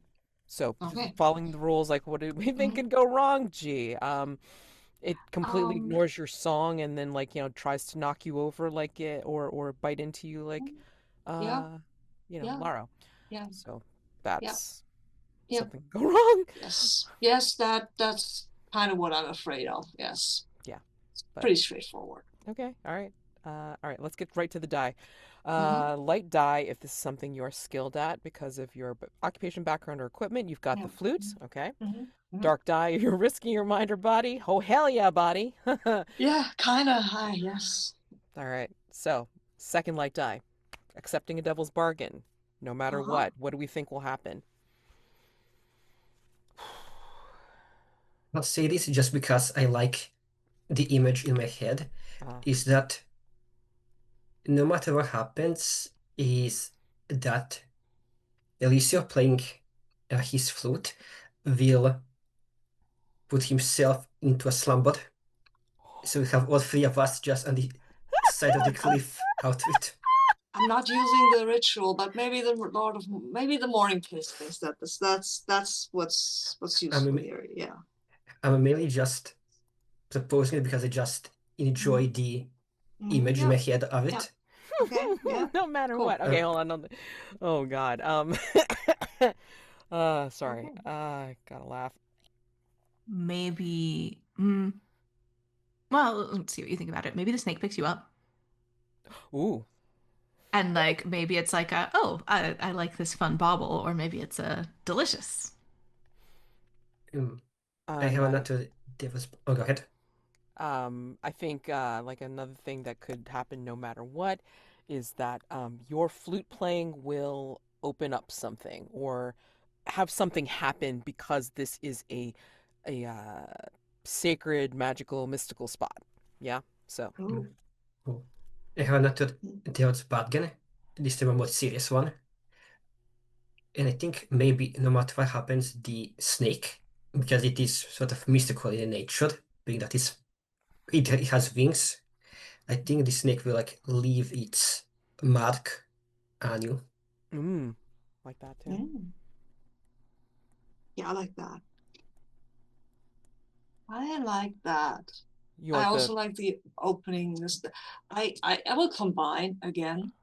okay, I think the snake will, by doing so, will leave its mark okay, on Elisio, okay. maybe with a wing, and that will open something up, that mark. Ooh, nice. Okay. Yeah. Maybe spills a little blood. You know, blood always activates something. Mhm. You know. Yes, yes, exactly. All right. So, Or maybe spills a little poison, right, from the you. teeth. Oh That be God. because it doesn't bite. It doesn't bite, but it spills We'll this see. Yeah. poison. I mean, like it's Yeah, like it'll happen no matter what. So yeah, something will yeah, will yeah. occur. So I Um, got two light and one dark guy, two right? light, one dark. Please tell me what you roll. Yep. I've got a 1, a 4, and a 5. The 1 is on the dark guy, so I've got a 5. Great. All right. So 5 with a complication. Uh, Oops. wait, 5 is on the dark or 5 is on the light? On the light, on the Oh, light. perfect. Okay, just want to make sure it wasn't an increase in ruin. Oh my gosh. No, no, Okay, so no, no. I'm fine. I'm fine with it. all right, you succeed, and I think the complication will be what happens with your devil's bargain. So go ahead Mhm. and narrate how you succeed with this flute playing.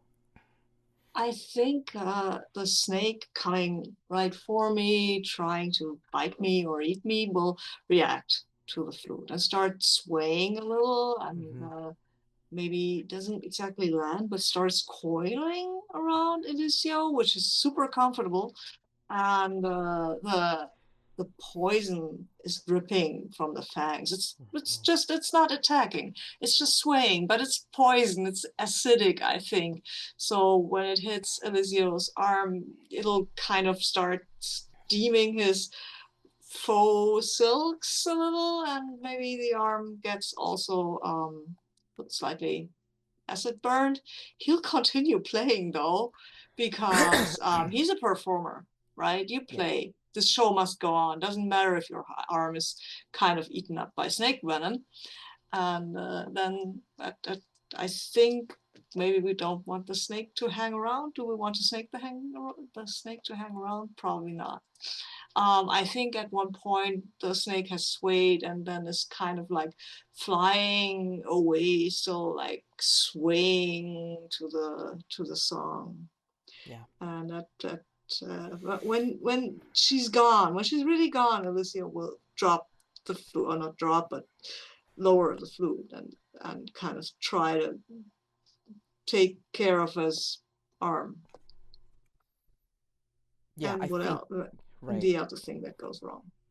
Yeah, I think I think as you play, and then the acidic drip from the snake, the serpentine saliva, you know, goes on your arm. But you keep playing, and like the amphitheater, which is what it's called, appreciates it. Like kind of watches you and bobs its head to your song, and watches you with its very like strangely pupilled eyes. Um, it will flick out a tongue. at the end of this and will essentially mark you in such a way that the tongue is making a strange design on you. Oh, And it cool. burns a little bit. Like, it's not a brand fully, but I mean, it's enough that it's making a distinct mark. And when it releases you, uncoils and releases you, it will flap, hover in the air for a few seconds as it looks down upon you, almost smiles, and then flies off. But you now have this mark, and I agree with the comment in the chat. Mark of the Serpent is your condition, and I mean, nice. your blood has dripped down in this sacrificial mystical place from the acidic burns and has disappeared into the floor of this place. And as this happens, like, you will hear a hum, and your companions will too, as they're trying to get out of themselves or whatever. You'll hear this hum that happens, and this hum is a shimmering veil that seems to appear next to the altar itself, and it reveals a glowing amber crevice, which looks like an enchanted shortcut to the cliff top. Ooh. Look at that. Looky that.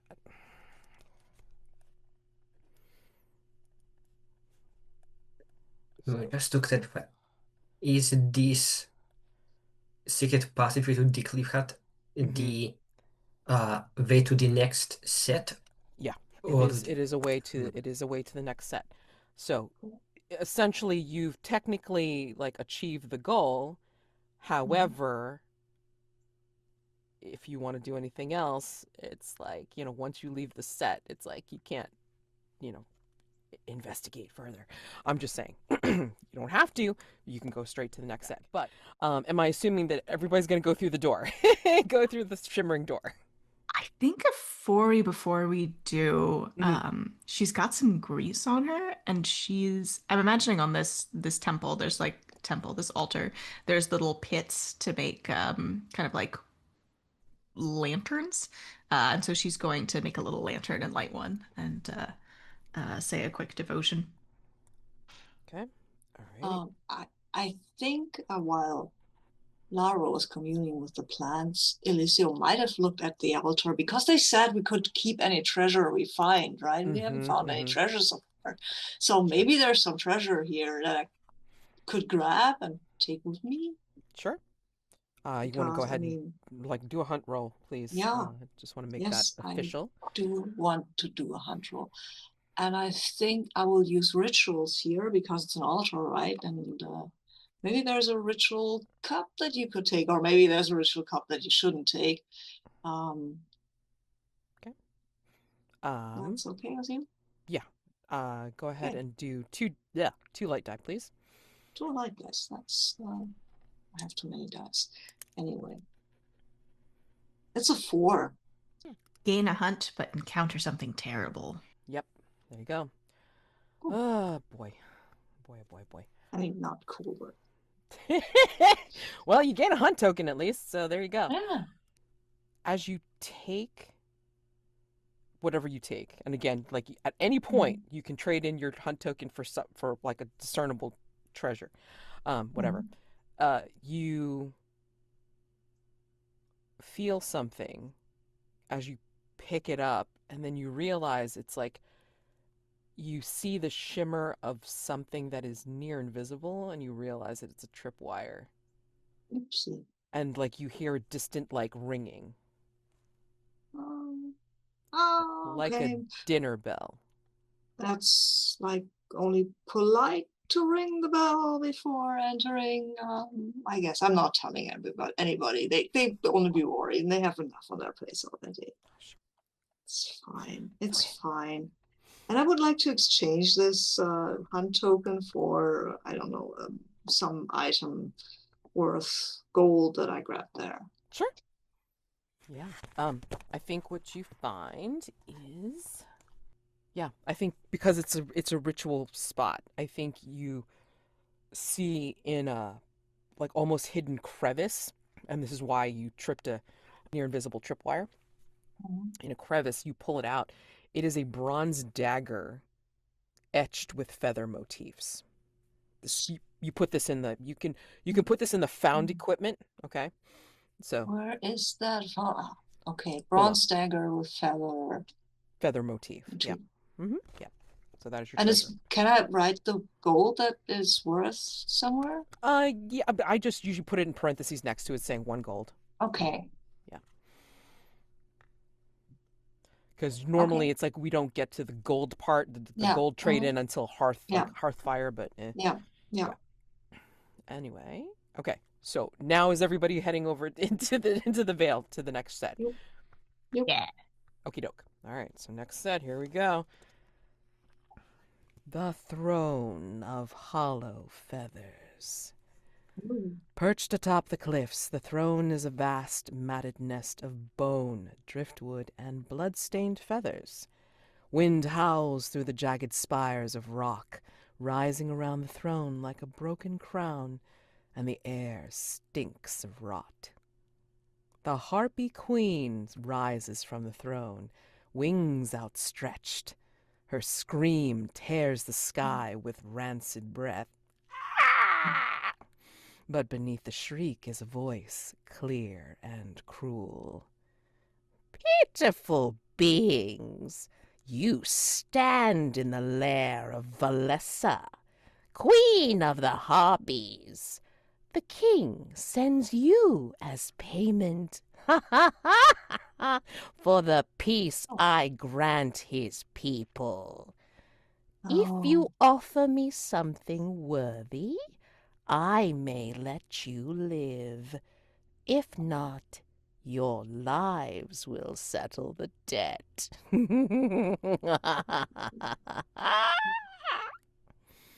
What do you offer Valessa in hopes she will spare your life? That is the question posed to all of you. I don't know if that's going to do it. The chat is a rat. No. Pretty sure no, but What do you offer Valessa in hopes she will spare your life? The set goal for here is destroy the Harpy Queen or convince her to spare you. What do you want to do?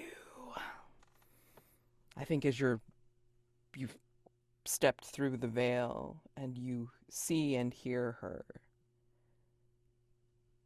you hear the crunch at your feet and you realize it's the bones of the previous sacrificial heroes that have come before you.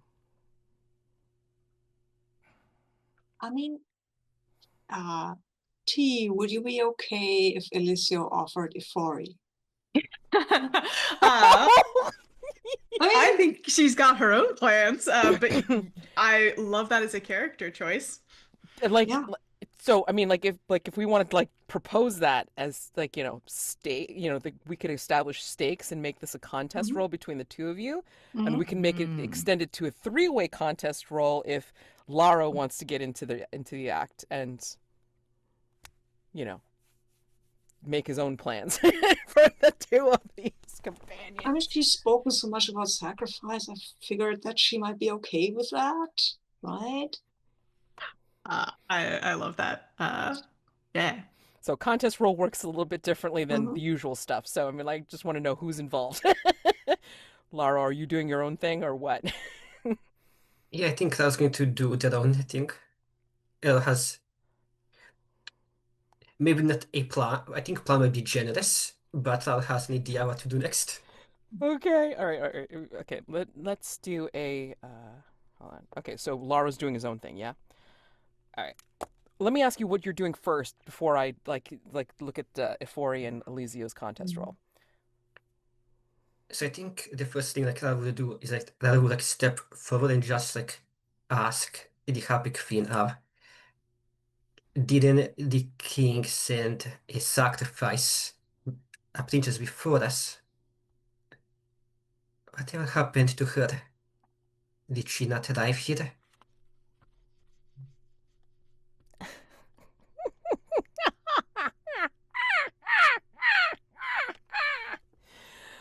She laughs at you.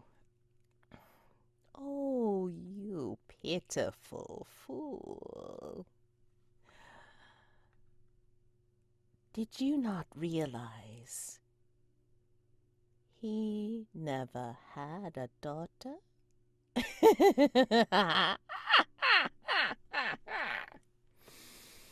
Hmm. What do you offer me, so I spare you? So, I think that would ponder for a bit.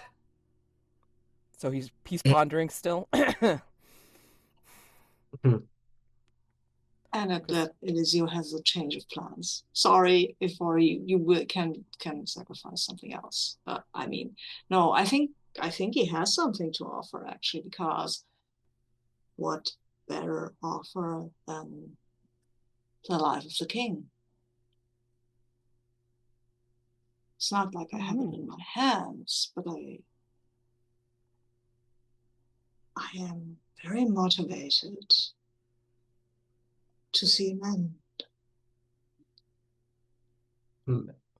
Elisio, we have the same mind. I was also thinking about just offering, Mhm. maybe not the king as well as the entire kingdom, to be honest with you, to really help me because while you could take, because while help Queen, I could take all of us, I don't think it'd satisfy you. Not sate your hunger, at least for the long run. What better way than a whole buffet? And how do you propose to deliver this, Laro? You're no longer a knight. You have no political sway or influence. And Ifori turns to the Harpy Queen and says, if you will spare me, I will deliver to you the sacrifice. The stream of sacrifice is unending. The Earthen Council believes the old ways to be outdated and wishes us to be the last. I understand the utility of sacrifice, and I will ensure they continue. And she bows. Are you offering yourself as a sacrifice?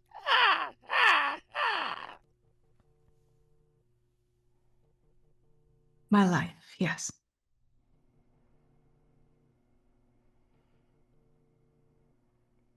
Unique. What of you? The rest of you, what do you offer?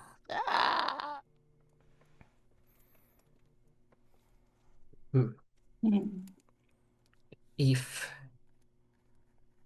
you wish for something immediate, not something later down the road,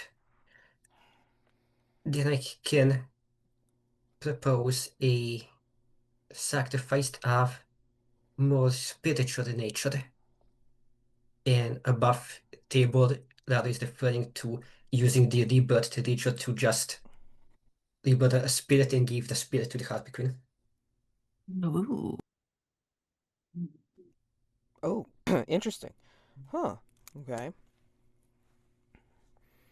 To what end? I Oh, like this form. I am powerful. Mind you, she is a towering, half-rotted bird creature.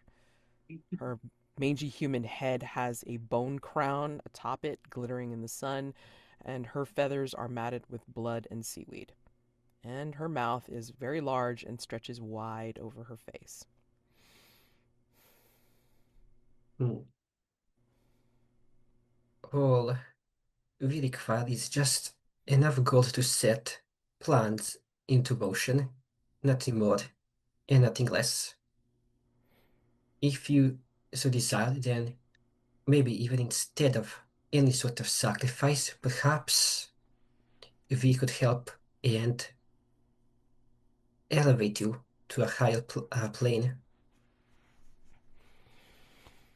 Intriguing. And what of you? looking at Elisio. My service, but that is not much. But I could offer you my devotion. I was a devotee of the Morning Prince, and I could bring him to you. So, I cannot promise that he will let you devour him, but I can bring him to you.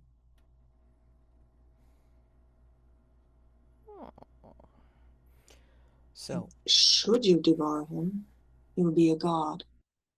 like individual choices here. Ifori, it's like, the fact that you're offering your life is like very unique. She's considering it, but maybe not in the way that you think. Um, Yeah, tracks. Laro, yeah, Laro, interesting thought, but I might incur a risk roll for that, because it's like, it seems still nebulous for her, and same with Elisio. So I'm just curious Okay. to see how you're going to do this. All right. Um, let's go ahead and do the risk rolls for you two. Yeah. Since you're not trying to sabotage each other, then it's not a contest roll. All right. So let's start with Laro. So risking. What could go wrong? She completely denies your offering and will decide that you make a great snack, or a great entree. Um, so that's how it could go wrong. All right. Gather your dice. Light die if this is something you are skilled at because of your occupation, your background, or your equipment.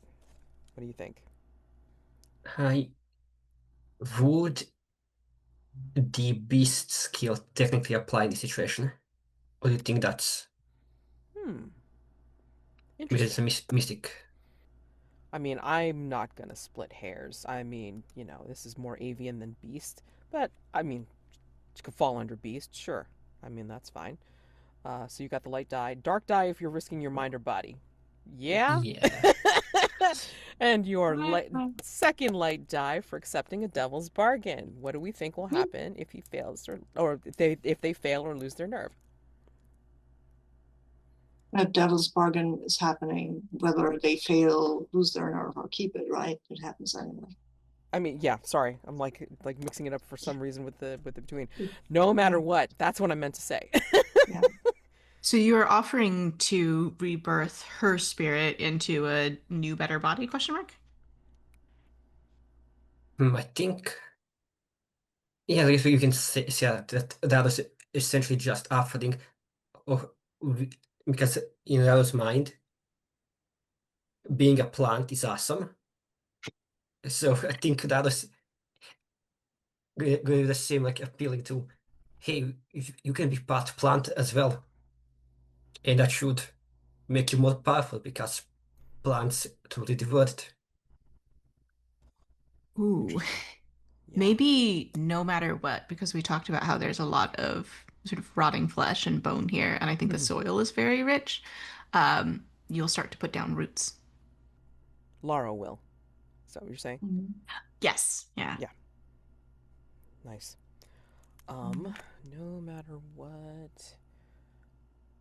Okay, I'm stumped. Sorry. I thought I had something, and I was trying to like tie it in somehow to your drive, and I'm like, I am trying to figure out how it would happen no matter what, actually, and drawing a blank. Hold on.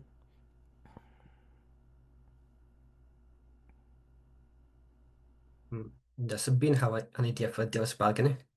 Yeah, I'm stumped a little as well. What kind of could happen no matter what?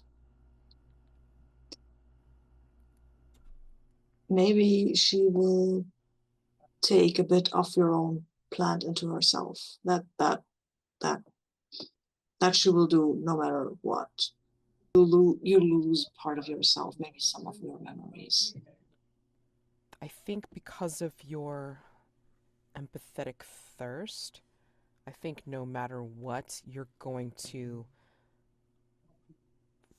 feel everyone's emotions here, and I think that will have you sprout different things because you're so affected by what is up here. I think you're going to feed off of like all of the blood and bone and feathers and all this kind of stuff that you're going to start growing these things on you. Yes, and Mads, I think you know my answer. I think you're going to have to take all three. Yep. Hideousness, sure, go for it. Okay. Yeah. Blood, bone, and feathers. Yep. Yeah, so I'm going to take all three of those. Yep. Sure. Alrighty. So, 2 light, 1 dark, please. Let's see what Yeah, she okay. says. It just says, come on, give me a 6. Oh I my got a 6. Wow. Dark 6 too. Nice. Yeah, okay. What to do? Please tell me, like, just tell me, like, this is essentially your particular like solution. Like, what do you say to her to convince her, like, this is a great idea, right? Like, what do you say? And because it's higher than your current ruin, like, what brings you deeper into the haunted space? So I think the thing that Laro says is like we have plans for total salvation, total domination of mankind. We can bring you into the fold, give you a certain level of control, and with that, a certain portion of humanity will be yours to do with as you will. I'm really trying to establish the Dado plant hive mind here. As for how this looks in terms of doing it, I think that for Dado, because in order to get this deal done, Dado like has to give up portion of control. So it's not like a complete hive mind. It's like, I guess, like, how would you say, like when you have two voices in a hive mind, I guess, over to the Harpy Queen. I think that is going to be like committee mind. Yeah, that could be a committee. I think that's going to bring that further into Odwin because for all intents and purposes, everything else is like human in the hive mind, so to say, but letting in a Harpy, which is a supernatural being, is going to shake that to its core, and that's going to increase the stress. Yeah. I think by offering this to her, especially in this place, like, Laro is just setting themselves up for opening themselves. And unfortunately, by opening themselves, it's like they're, what's the word? Welcoming all of it. And that's where you start feeling all of the stresses because all the blood is here, all the bone is here, all the feathers are here, and maybe that's what starts to seep, literally seep and grow into you, right? Ah, Elisio. Yes. Yeah. Do you know what or how you're offering to the Harpy Queen? Yeah, I was offering her to basically bring her my god and make her a goddess. That was my offer. Okay. How would you propose to bring her the morning the morning prince? I would have to go and get a sword and bring it to her. And then we could call on him. This would And you could, definitely, yeah. and she could slay him with a sword. This would be a definite risk roll to Mhm. to have her allow you to Mhm. leave, Yes, yes. Mhm. mark you in some way to make sure that you Yeah. come back and Mhm. fulfill Mhm. your bargain. Mhm. You're essentially Yeah. taking an oath, you know, and all that other jazz. So yeah, like Mhm. okay, let's build it. What do we think can go Yes. wrong? She doesn't accept your offer, and she Yes. will make you like the usual thing. She'll make you a tasty snack, you know, Yes. Mhm. because Okay. she doesn't believe you. Yeah. Yeah. Let's see. Light die, something you are Yeah. skilled at because of your occupation, background, or equipment. Okay. That's deception. Okay. Alrighty. And Ah, dark dot, you're don't. so risking your mind and Oh body. yeah. Oh yeah. Oh, Oh yeah. I dang mean, boy. hell yeah. I mean, what? Dang But boy. yeah, I know. I know. But I want to get out of here. I don't want to be eaten or die or anything. So We'll see. yeah. Okay. Okay. All right. And then your second light die is for accepting a devil's bargain. So hit me up. Let's see if I accept it. So let's see. What do I we might want to not. offer as a no matter what?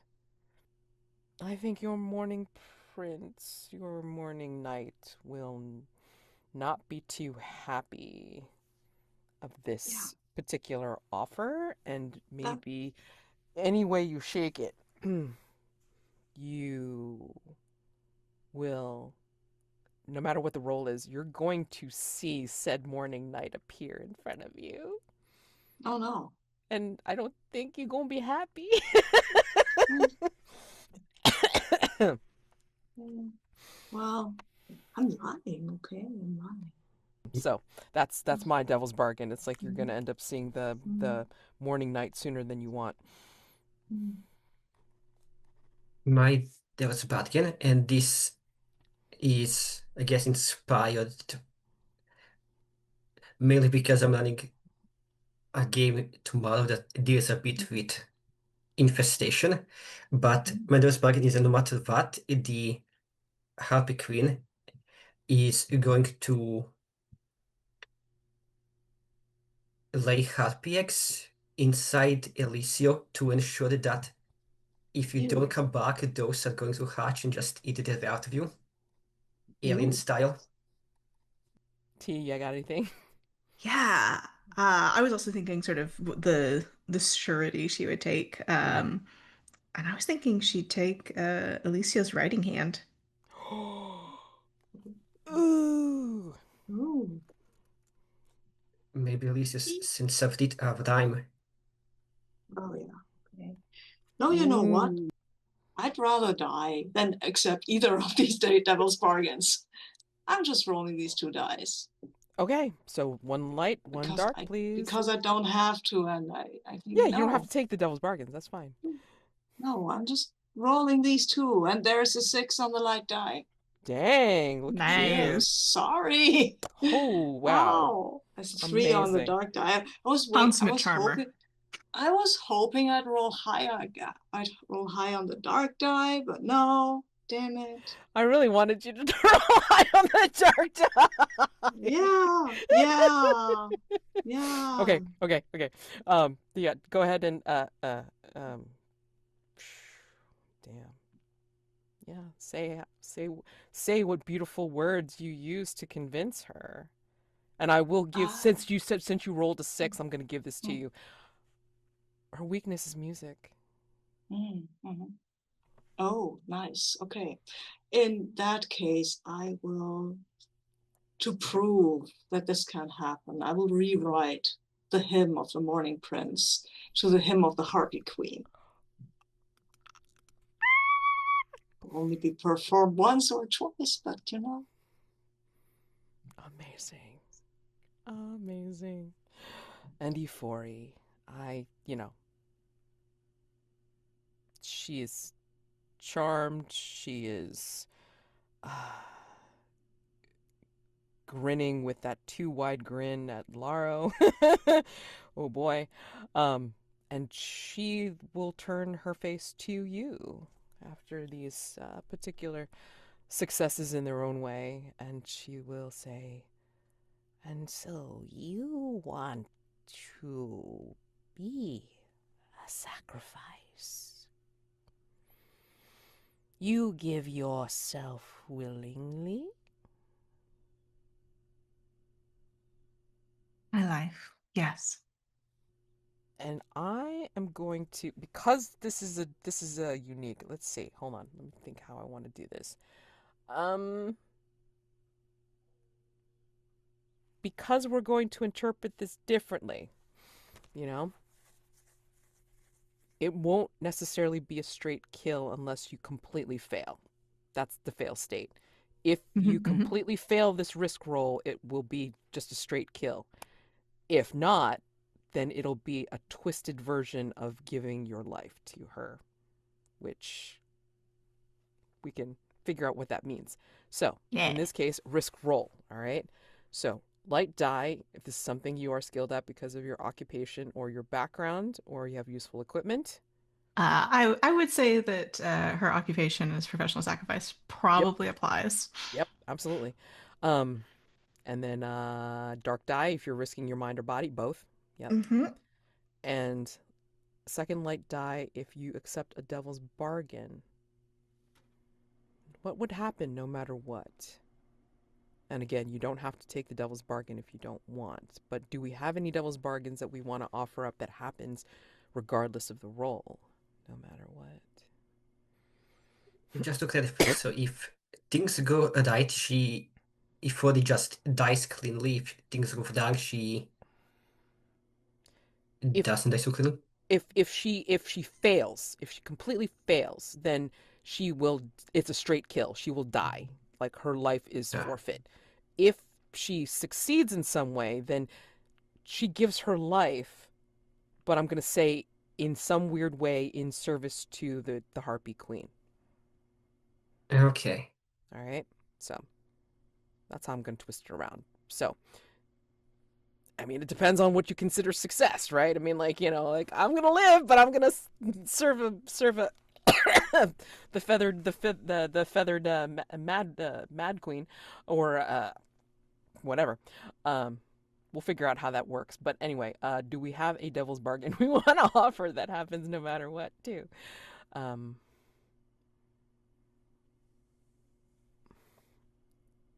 I'm going to say the devil's bargain no matter what, regardless of what happens. I'm going to say that we just get a vision of the Earthen Council meeting, convening, and whatever panoply, whatever ceremony there is, we just see a cut of somebody taking their place at the Earthen Council, the place that you wanted. Mm-hmm. I would say whatever happens, her appetite is whetted now. She wants more sacrifice. I mean, she's basically going to be a plant person anyway and wants to take over, but she still wants sacrifice, right? The good stuff. And whether or not Ifori is the one who provides her or she gets her herself, she wants more sacrifice than whatever her bargain with the king was. Mm, She'll be a goddess soon, so it's fine. true, true, true, true. I think maybe no matter what happens, because from what I'm hearing, no matter what happens, Ifori is going to die, no matter if this roll is successful or not. So maybe no matter what happens, Ifori will get reborn as a harpy. Ooh, jeez. Amazing. Yeah. That's interesting. So again, it's reborn as a harpy. Uh, you will have like we'll see a cut of somebody taking Ifori's coveted space on the Earthen Council, and then I'm sorry, Sabine, like yours was about More sacrifice for the more Harpy Queen. sacrifices wanted. So it Okay, sounded like the rate of demand was yeah, increasing. sure, got it. Yeah. Yeah. Yeah, which would make sense since there will be extra harpy as So well you if can I can tweak. find them. Right. Yeah. Well, you can tweak. You can tweak. You can tweak as needed or wanted, or you could forego accepting any of those and then just roll with the one light, one dark. So your choice. Yeah. I am thinking. Uh, I like, because I think the thing that she's promising is that she can make more sacrifices happen. So I don't know that the queen just having more demands feels uh like a big lift. Um, but yeah, I like the I don't know that I think it's more of a partial transformation, right? So I think it'll be I don't because if I am understanding it, if she succeeds, then she lives, but right, dot dot dot. And I think Ifori would argue that she's offered her life, not her death, and I don't think that type of lawyer semantics is going to work with the Harvey Queen necessarily. Um, yeah, so I like that because she's made this offer in this place, she is going to take on um, some visible form of the Hmm. harpy. Okay. Uh, and also, as a result, I mean, they don't let harpies sit on the Earth and Council. Also, she's gotten 0 gold and she stole a bunch of money from the church. So I think she's doing the math and is like, there's not really any place for me there. So yes, I'll take she loses her place in the Earth and Council and will at least partially transform into a harpy. And if she dies, will be reborn as a harpy. Okay. Love it. All right. So let's see this thing. 2 light, 1 dark, please. All right. And she's got a string of absolutely horrible rolls. Let's see if she keeps it up. Oh, 5. Ooh. Wait, Light wait. high. Yeah, so okay, so you 5 light, which means that since it's high, you can take another dark die and re-roll, so that could be 2 light, 2 dark if you want to try for something higher. Hell yeah. Let's push our luck. Yeah. Oh, 6 dark. Excellent. Oh my gosh, amazing. Come on. So, Take another ruin. come on. Let's see. How close were you? Sorry, I just want to try to take pictures here. Oh, okay. Yeah. Could be fun. And unfortunately, in Trophy Gold, unlike Dark, there is no way to reduce unless you have a thingy, like an actual physical thing that can reduce ruin. There's no roll that can allow you to do that in Gold, which is hilariously funny to me. So, anyway, what this means with a 6 Dark, oh boy, is that you can tell us how you succeed in offering your life, but in such a way that she accepts it in service, and how this brings you closer to the darkness of the haunted space of this place. Hmm. Yeah, so I think Ifori will come before the throne and uh, kneel before it. And I think the Harpy Queen will reach forward with one claw. And let me just really quickly check our safety tools. Just really quickly. uh, okay, yeah, we're good. And will uh, dig at her eyes. And when she blinks them open again, they are the sort of hard gold eyes of a falcon. Uh, and she stands and takes her place by the throne and will spend the rest of her life luring adventurers up to the Harpy Queen's throne and tending the Harpy Queen's altar and arranging the corpses of the sacrifices. And I think in her mind as this constant sort of background drone. She hears the hymn of sacrifice, and it never quiets and it never ceases. Yeah.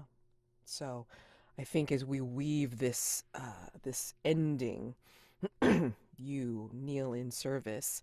we hear Elisio's song, which could possibly even weave within the hymn of sacrifice as well, in harmonious melody and harmony.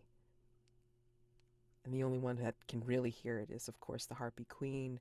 And Laro's plants are like feeding into the earth, but also like up through her talons as she, like, achieves some next level, even though it is next level, nirvana into plantdom, new life. I think we see the sun setting behind her, glinting off of the bone crown as she gives a triumphant screech, and her wings like snap open wide and starts to encompass you all. And that's how we close this particular scene. And as we fade to black and go into post credits, I would like to know if you've survived, how you have survived a point in the future, whether it be near or distant, how you are forever changed from this, what has happened. You can make it whatever you want, but this would be a point in the future for our post-credit scenes of these characters. What do you see? What do you see happening?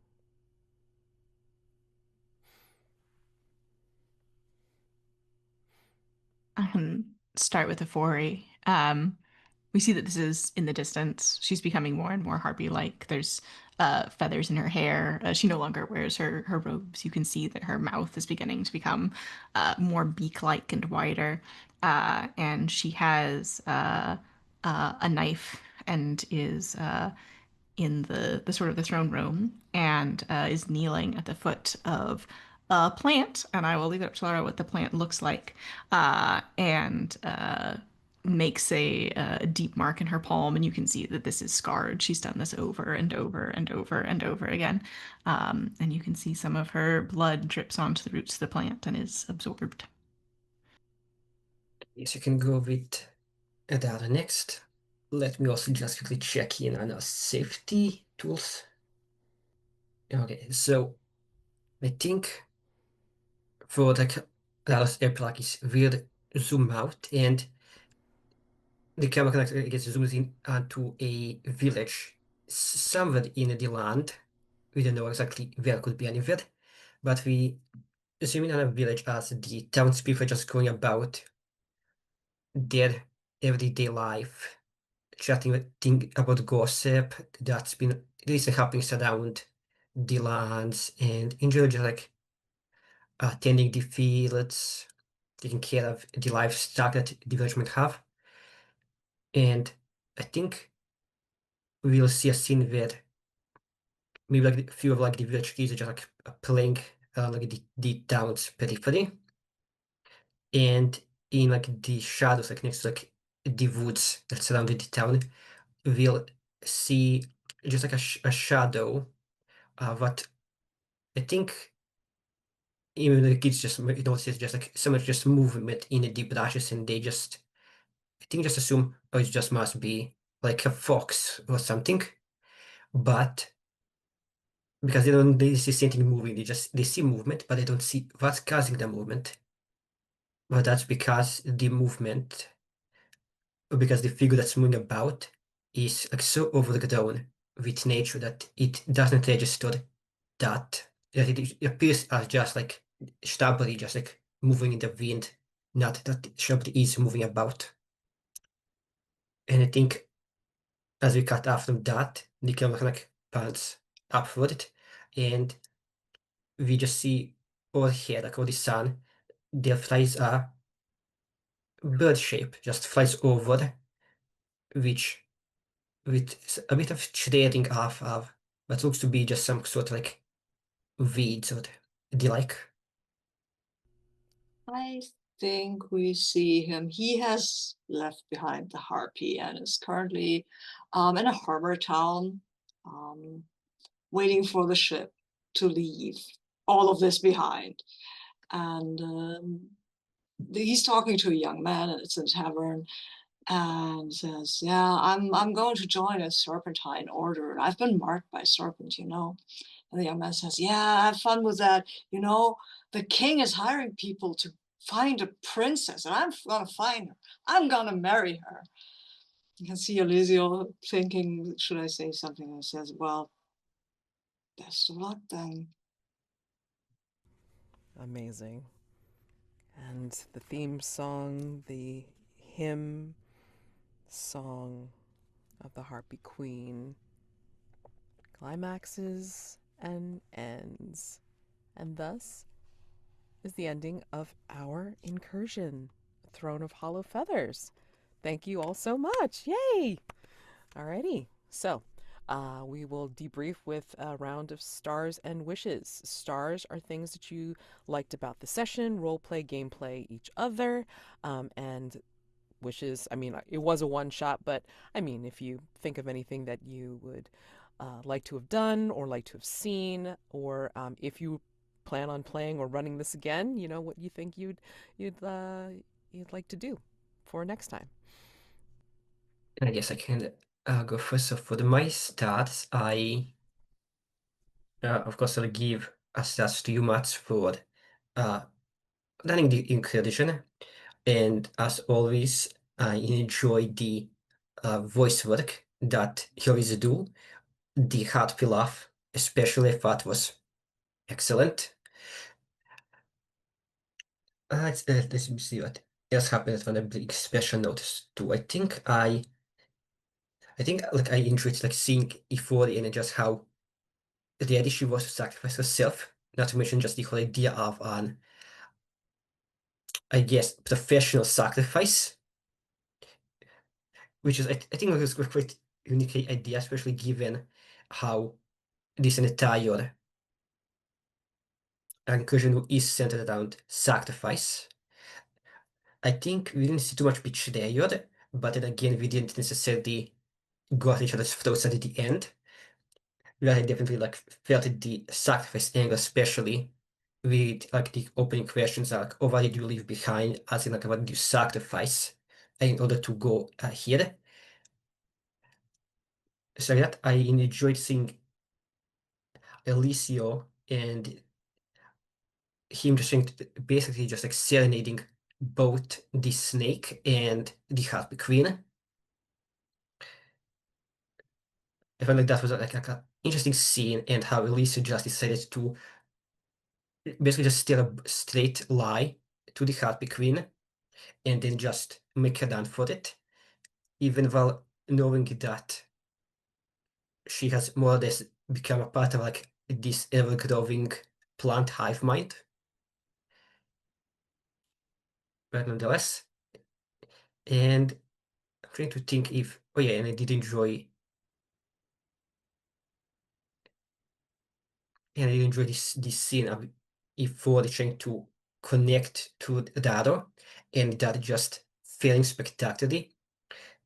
Like I believe Ifori failed in everything she wanted to do except the last thing. Yep. So there's goes, but I did find like that whole interaction how that basically left Elisio to just the one who is a poor, the one who's not a fighter, the one who's allowed to just be like, hey, you need to figure out how to get us out of this, because the two people that should have, I guess, maybe at least one person that has combat experience and the other person who has knowledge of the rituals and sacrifice is just out of the picture, out of their own incompetence, to say the least. It was fun. For wishes, I think for the trophy, like it's always like, I think you did mention this at one point. Not during this one shot, but in previous games with played two mods for a trophy. That trophy works best when you have at least 2 sessions to like just play out the sets in the incursions, and I do think that would have like been best, because I definitely see like there are moments that I think could have been played longer, but due to the time sense of one shot, we couldn't really do that. And yeah, but I think except that, like I have no other wishes, because I think we most hit everything like I wanted to happen, given the character I randomly wrote up when I just went to the random trophy website just to see how it works. And I'm really just happy how it went. So that's it for me. I'm not sure if I should popcorn it, but again, I'll just let up to whoever wants to go next. I can go next. I really enjoyed this. We did take the theme a little bit darker, but I think it worked out well. And also, I think Ifori, especially with those dice rolls, it just sort of happened, right? Stars to the dice for having strong opinions, apparently. Um, I really loved Elisio just like leaning into being this charming bastard. Everyone was like, absolutely, this guy's great. And especially that little post-credit scene, right? Because I think it's during the incursion, it's like desperate situation. Okay, maybe he's being pushed to this behavior by the situation that he's in, and then that little like stinger at the end was like, nope, not necessarily, uh, just a bastard, which I very much enjoyed as a character moment. I also really enjoyed Laro and the setting up Osto, the squire, and I don't think we were recording during this, but we were talking after one of the breaks of the strong implication that they were searching for the princess to do the same thing to her, and got there was no princess, but gosh darn, if a person in a position of power is not now full of plants and advancing the leafy agenda, which I really enjoyed. Also enjoyed that you combined all the devil's bargains. I thought that was a nice, I don't know, nice choice. I also enjoyed that Sabine didn't take any devil's bargains for that last roll, and it still worked out fine. And good to see the sort of two sides of the coin. Yeah, and also stars to Mads for running. I really enjoyed it. I feel like it very much felt like a fun badminton match back and forth, which I feel like is the best thing that I am looking for in a role playing game with the game facilitator. So big snaps and thank you. Me, yeah, stars all around. I like the session. I like the incursion that we tried to do. I love the twist at the end that there was no princess. We were the sacrifices all along. I liked Laro's single-mindedness when it came to plant life is superior to human life. That was kind of interesting. And I also like the whole, yes, and now we're feeling our feelings a lot. Devil's bargains that, or consequences that you took there, both Laro and Ifori. And for Ifori, she was a professional sacrifice. That was what she was. And I loved how much she leaned into this thing. Like, yeah, sacrificing things. Great thing. Great idea. Let's do it. Let's all do it. So yeah, stars all around. I really loved playing it with or against you. Sorry, I didn't get to try and sacrifice you, Ifori, but I had a better idea then when it became clear that the king had kind of like messed us up. Yeah. Wishes for next time. One of these days, I will play a character who's not a total bastard in Trophy. One of these days. I mean, Elisio was bastard-ish. I've played worse characters than him, but he was not great, honestly. But he was a faithful of the morning prince. He never broke that faith. So he got that for going for him. And as to the warning that adventurer, have you ever tried warning a young person who's in his mind that he goes to rescue a princess? And I'm like, nah, didn't want to see. And he did just want to leave before the plant harpy came. Or maybe that kid will kill her, who knows? Anything's possible. Absolutely. Right? So, I mean, Exactly. thank you all again for joining me for this incursion. I do love like running third-party stuff as well as core trophy, but yeah, I always have fun running this game. You know, whatever flavor it is, a lot. And I just have to say, I enjoyed the comment on Elisio, professional smolder in the chat. I thought it was perfect. Absolutely perfect. And just beautiful that you got away with it, dude. I mean, you didn't use a devil's bargain whatsoever, and you got away with it. The dice love this guy. I don't Yeah, know what to serious. tell you. I The mean, dice it love. was gross, but it was, hey, Yeah, he got it through fair and square. A yeah, lot of air quotes going off here, you know? So, yeah. and I loved Laro being like such a weirdo, such a like a plant warrior kind of thing. And then just being like, no, you can totally keep like, you know, living forever and gaining more power. You just have to live the plant life, you know, be the, you know, be the thing that just like, you know, what is it, propagates and lives forever. All right, great. Damn. So you know, there probably could have been a joke in there about eggs and spores, but hey, whatever. It is what it is, and I really do enjoy that epilogue that you had. So yeah, it was great. And Ifori, I mean, your dice luck was just so bad, but you know what? Actually, I felt like it was very fitting for the character, you know, being a professional Mhm. sacrifice and everything. And I Yeah. loved your explanation for why they were impeached. I mean, like, you know, usually people don't dig that deep even in the beginning, but I mean, like, you had it. Like, you were like, they stole money from the church. I'm like, well, dang it. I mean, great. Not great for them, but I mean, like, you know, just how it worked out in the end. So I love that for them, and the transformation for the character was absolutely beautiful. So yeah, like great work all around. My wish is, as Dom had said, it's like I do think in most circumstances, like trophy benefits from having more than just one session.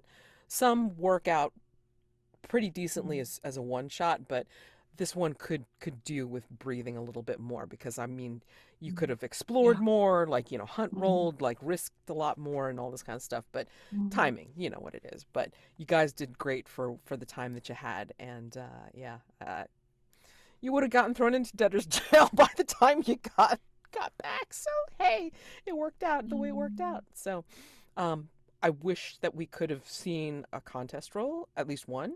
I wish we could have seen, like, you know, how combat, like, you know, played Mhm. out for everyone, Mhm. but it is what it is. I mean, like, you know, if you didn't want to go full on combat, that's perfectly fine. I actually appreciate people that want to either talk or you know, connive their way through something. I can appreciate that a lot more, because then it just means like people are using their brains. So kudos on all of you. So um, yeah, thank you very much for joining my table today. I Mhm. hope you enjoy the rest of your games for Shared Hearth. You know, happy gaming if we don't see each other for something else this weekend, but you know, continued wonderful gaming for the future, and hopefully we will see each other again for something else. Alrighty. Thanks for running that. Absolutely. Oh, It was a and delight, as thank usual. you. Okay, if I go ahead and like edit and publish this on my site, on my Fine by me. YouTube. Yes. Perfect. Thank you guys so much. All right, so it'll probably come out sometime this weekend or afterwards, but yeah, thank you very much for playing. This was great, and you know, these One characters. question. Yes. Will I see you tomorrow? We won't see each other tomorrow, right? No, the Okay. people Okay. are out tomorrow, so like no Okay. no Yeah. betweening Okay. for Cool. Mordecai. So Oh. yeah, Mm. Mm. a break. Mordecai is not happy. Hey, I can't help it that his entities hate that he's having emotions. It's just what it is, you know? Sorry. So sorry. He'll deal with his entities. Maybe if Mordecai embraced the hive mind that is plant Laro, maybe his entities would be more The accepting. last the last plant that tried that with Mordecai is now in a pot in his garden. Yep. So Very true. Very true. So just saying. I was just thinking, it's like plants again. Anyway, God, watch my show. I'm plugging one of the series. I'm plugging like Secrets in Lavender. Watch it on my YouTube channel. It's a genuinely good show, and the entities will not like you if you don't watch it. It is a very good show, so I appreciate everybody that plays in my stuff, and you can see Dom in one of the Hissing Darkness series, on in the trophy playlist, in the trophy gold playlist. So check that out as well. And all right, you guys have a wonderful shared hearth weekend. Yay! All right, thank you so very much. much. Yay!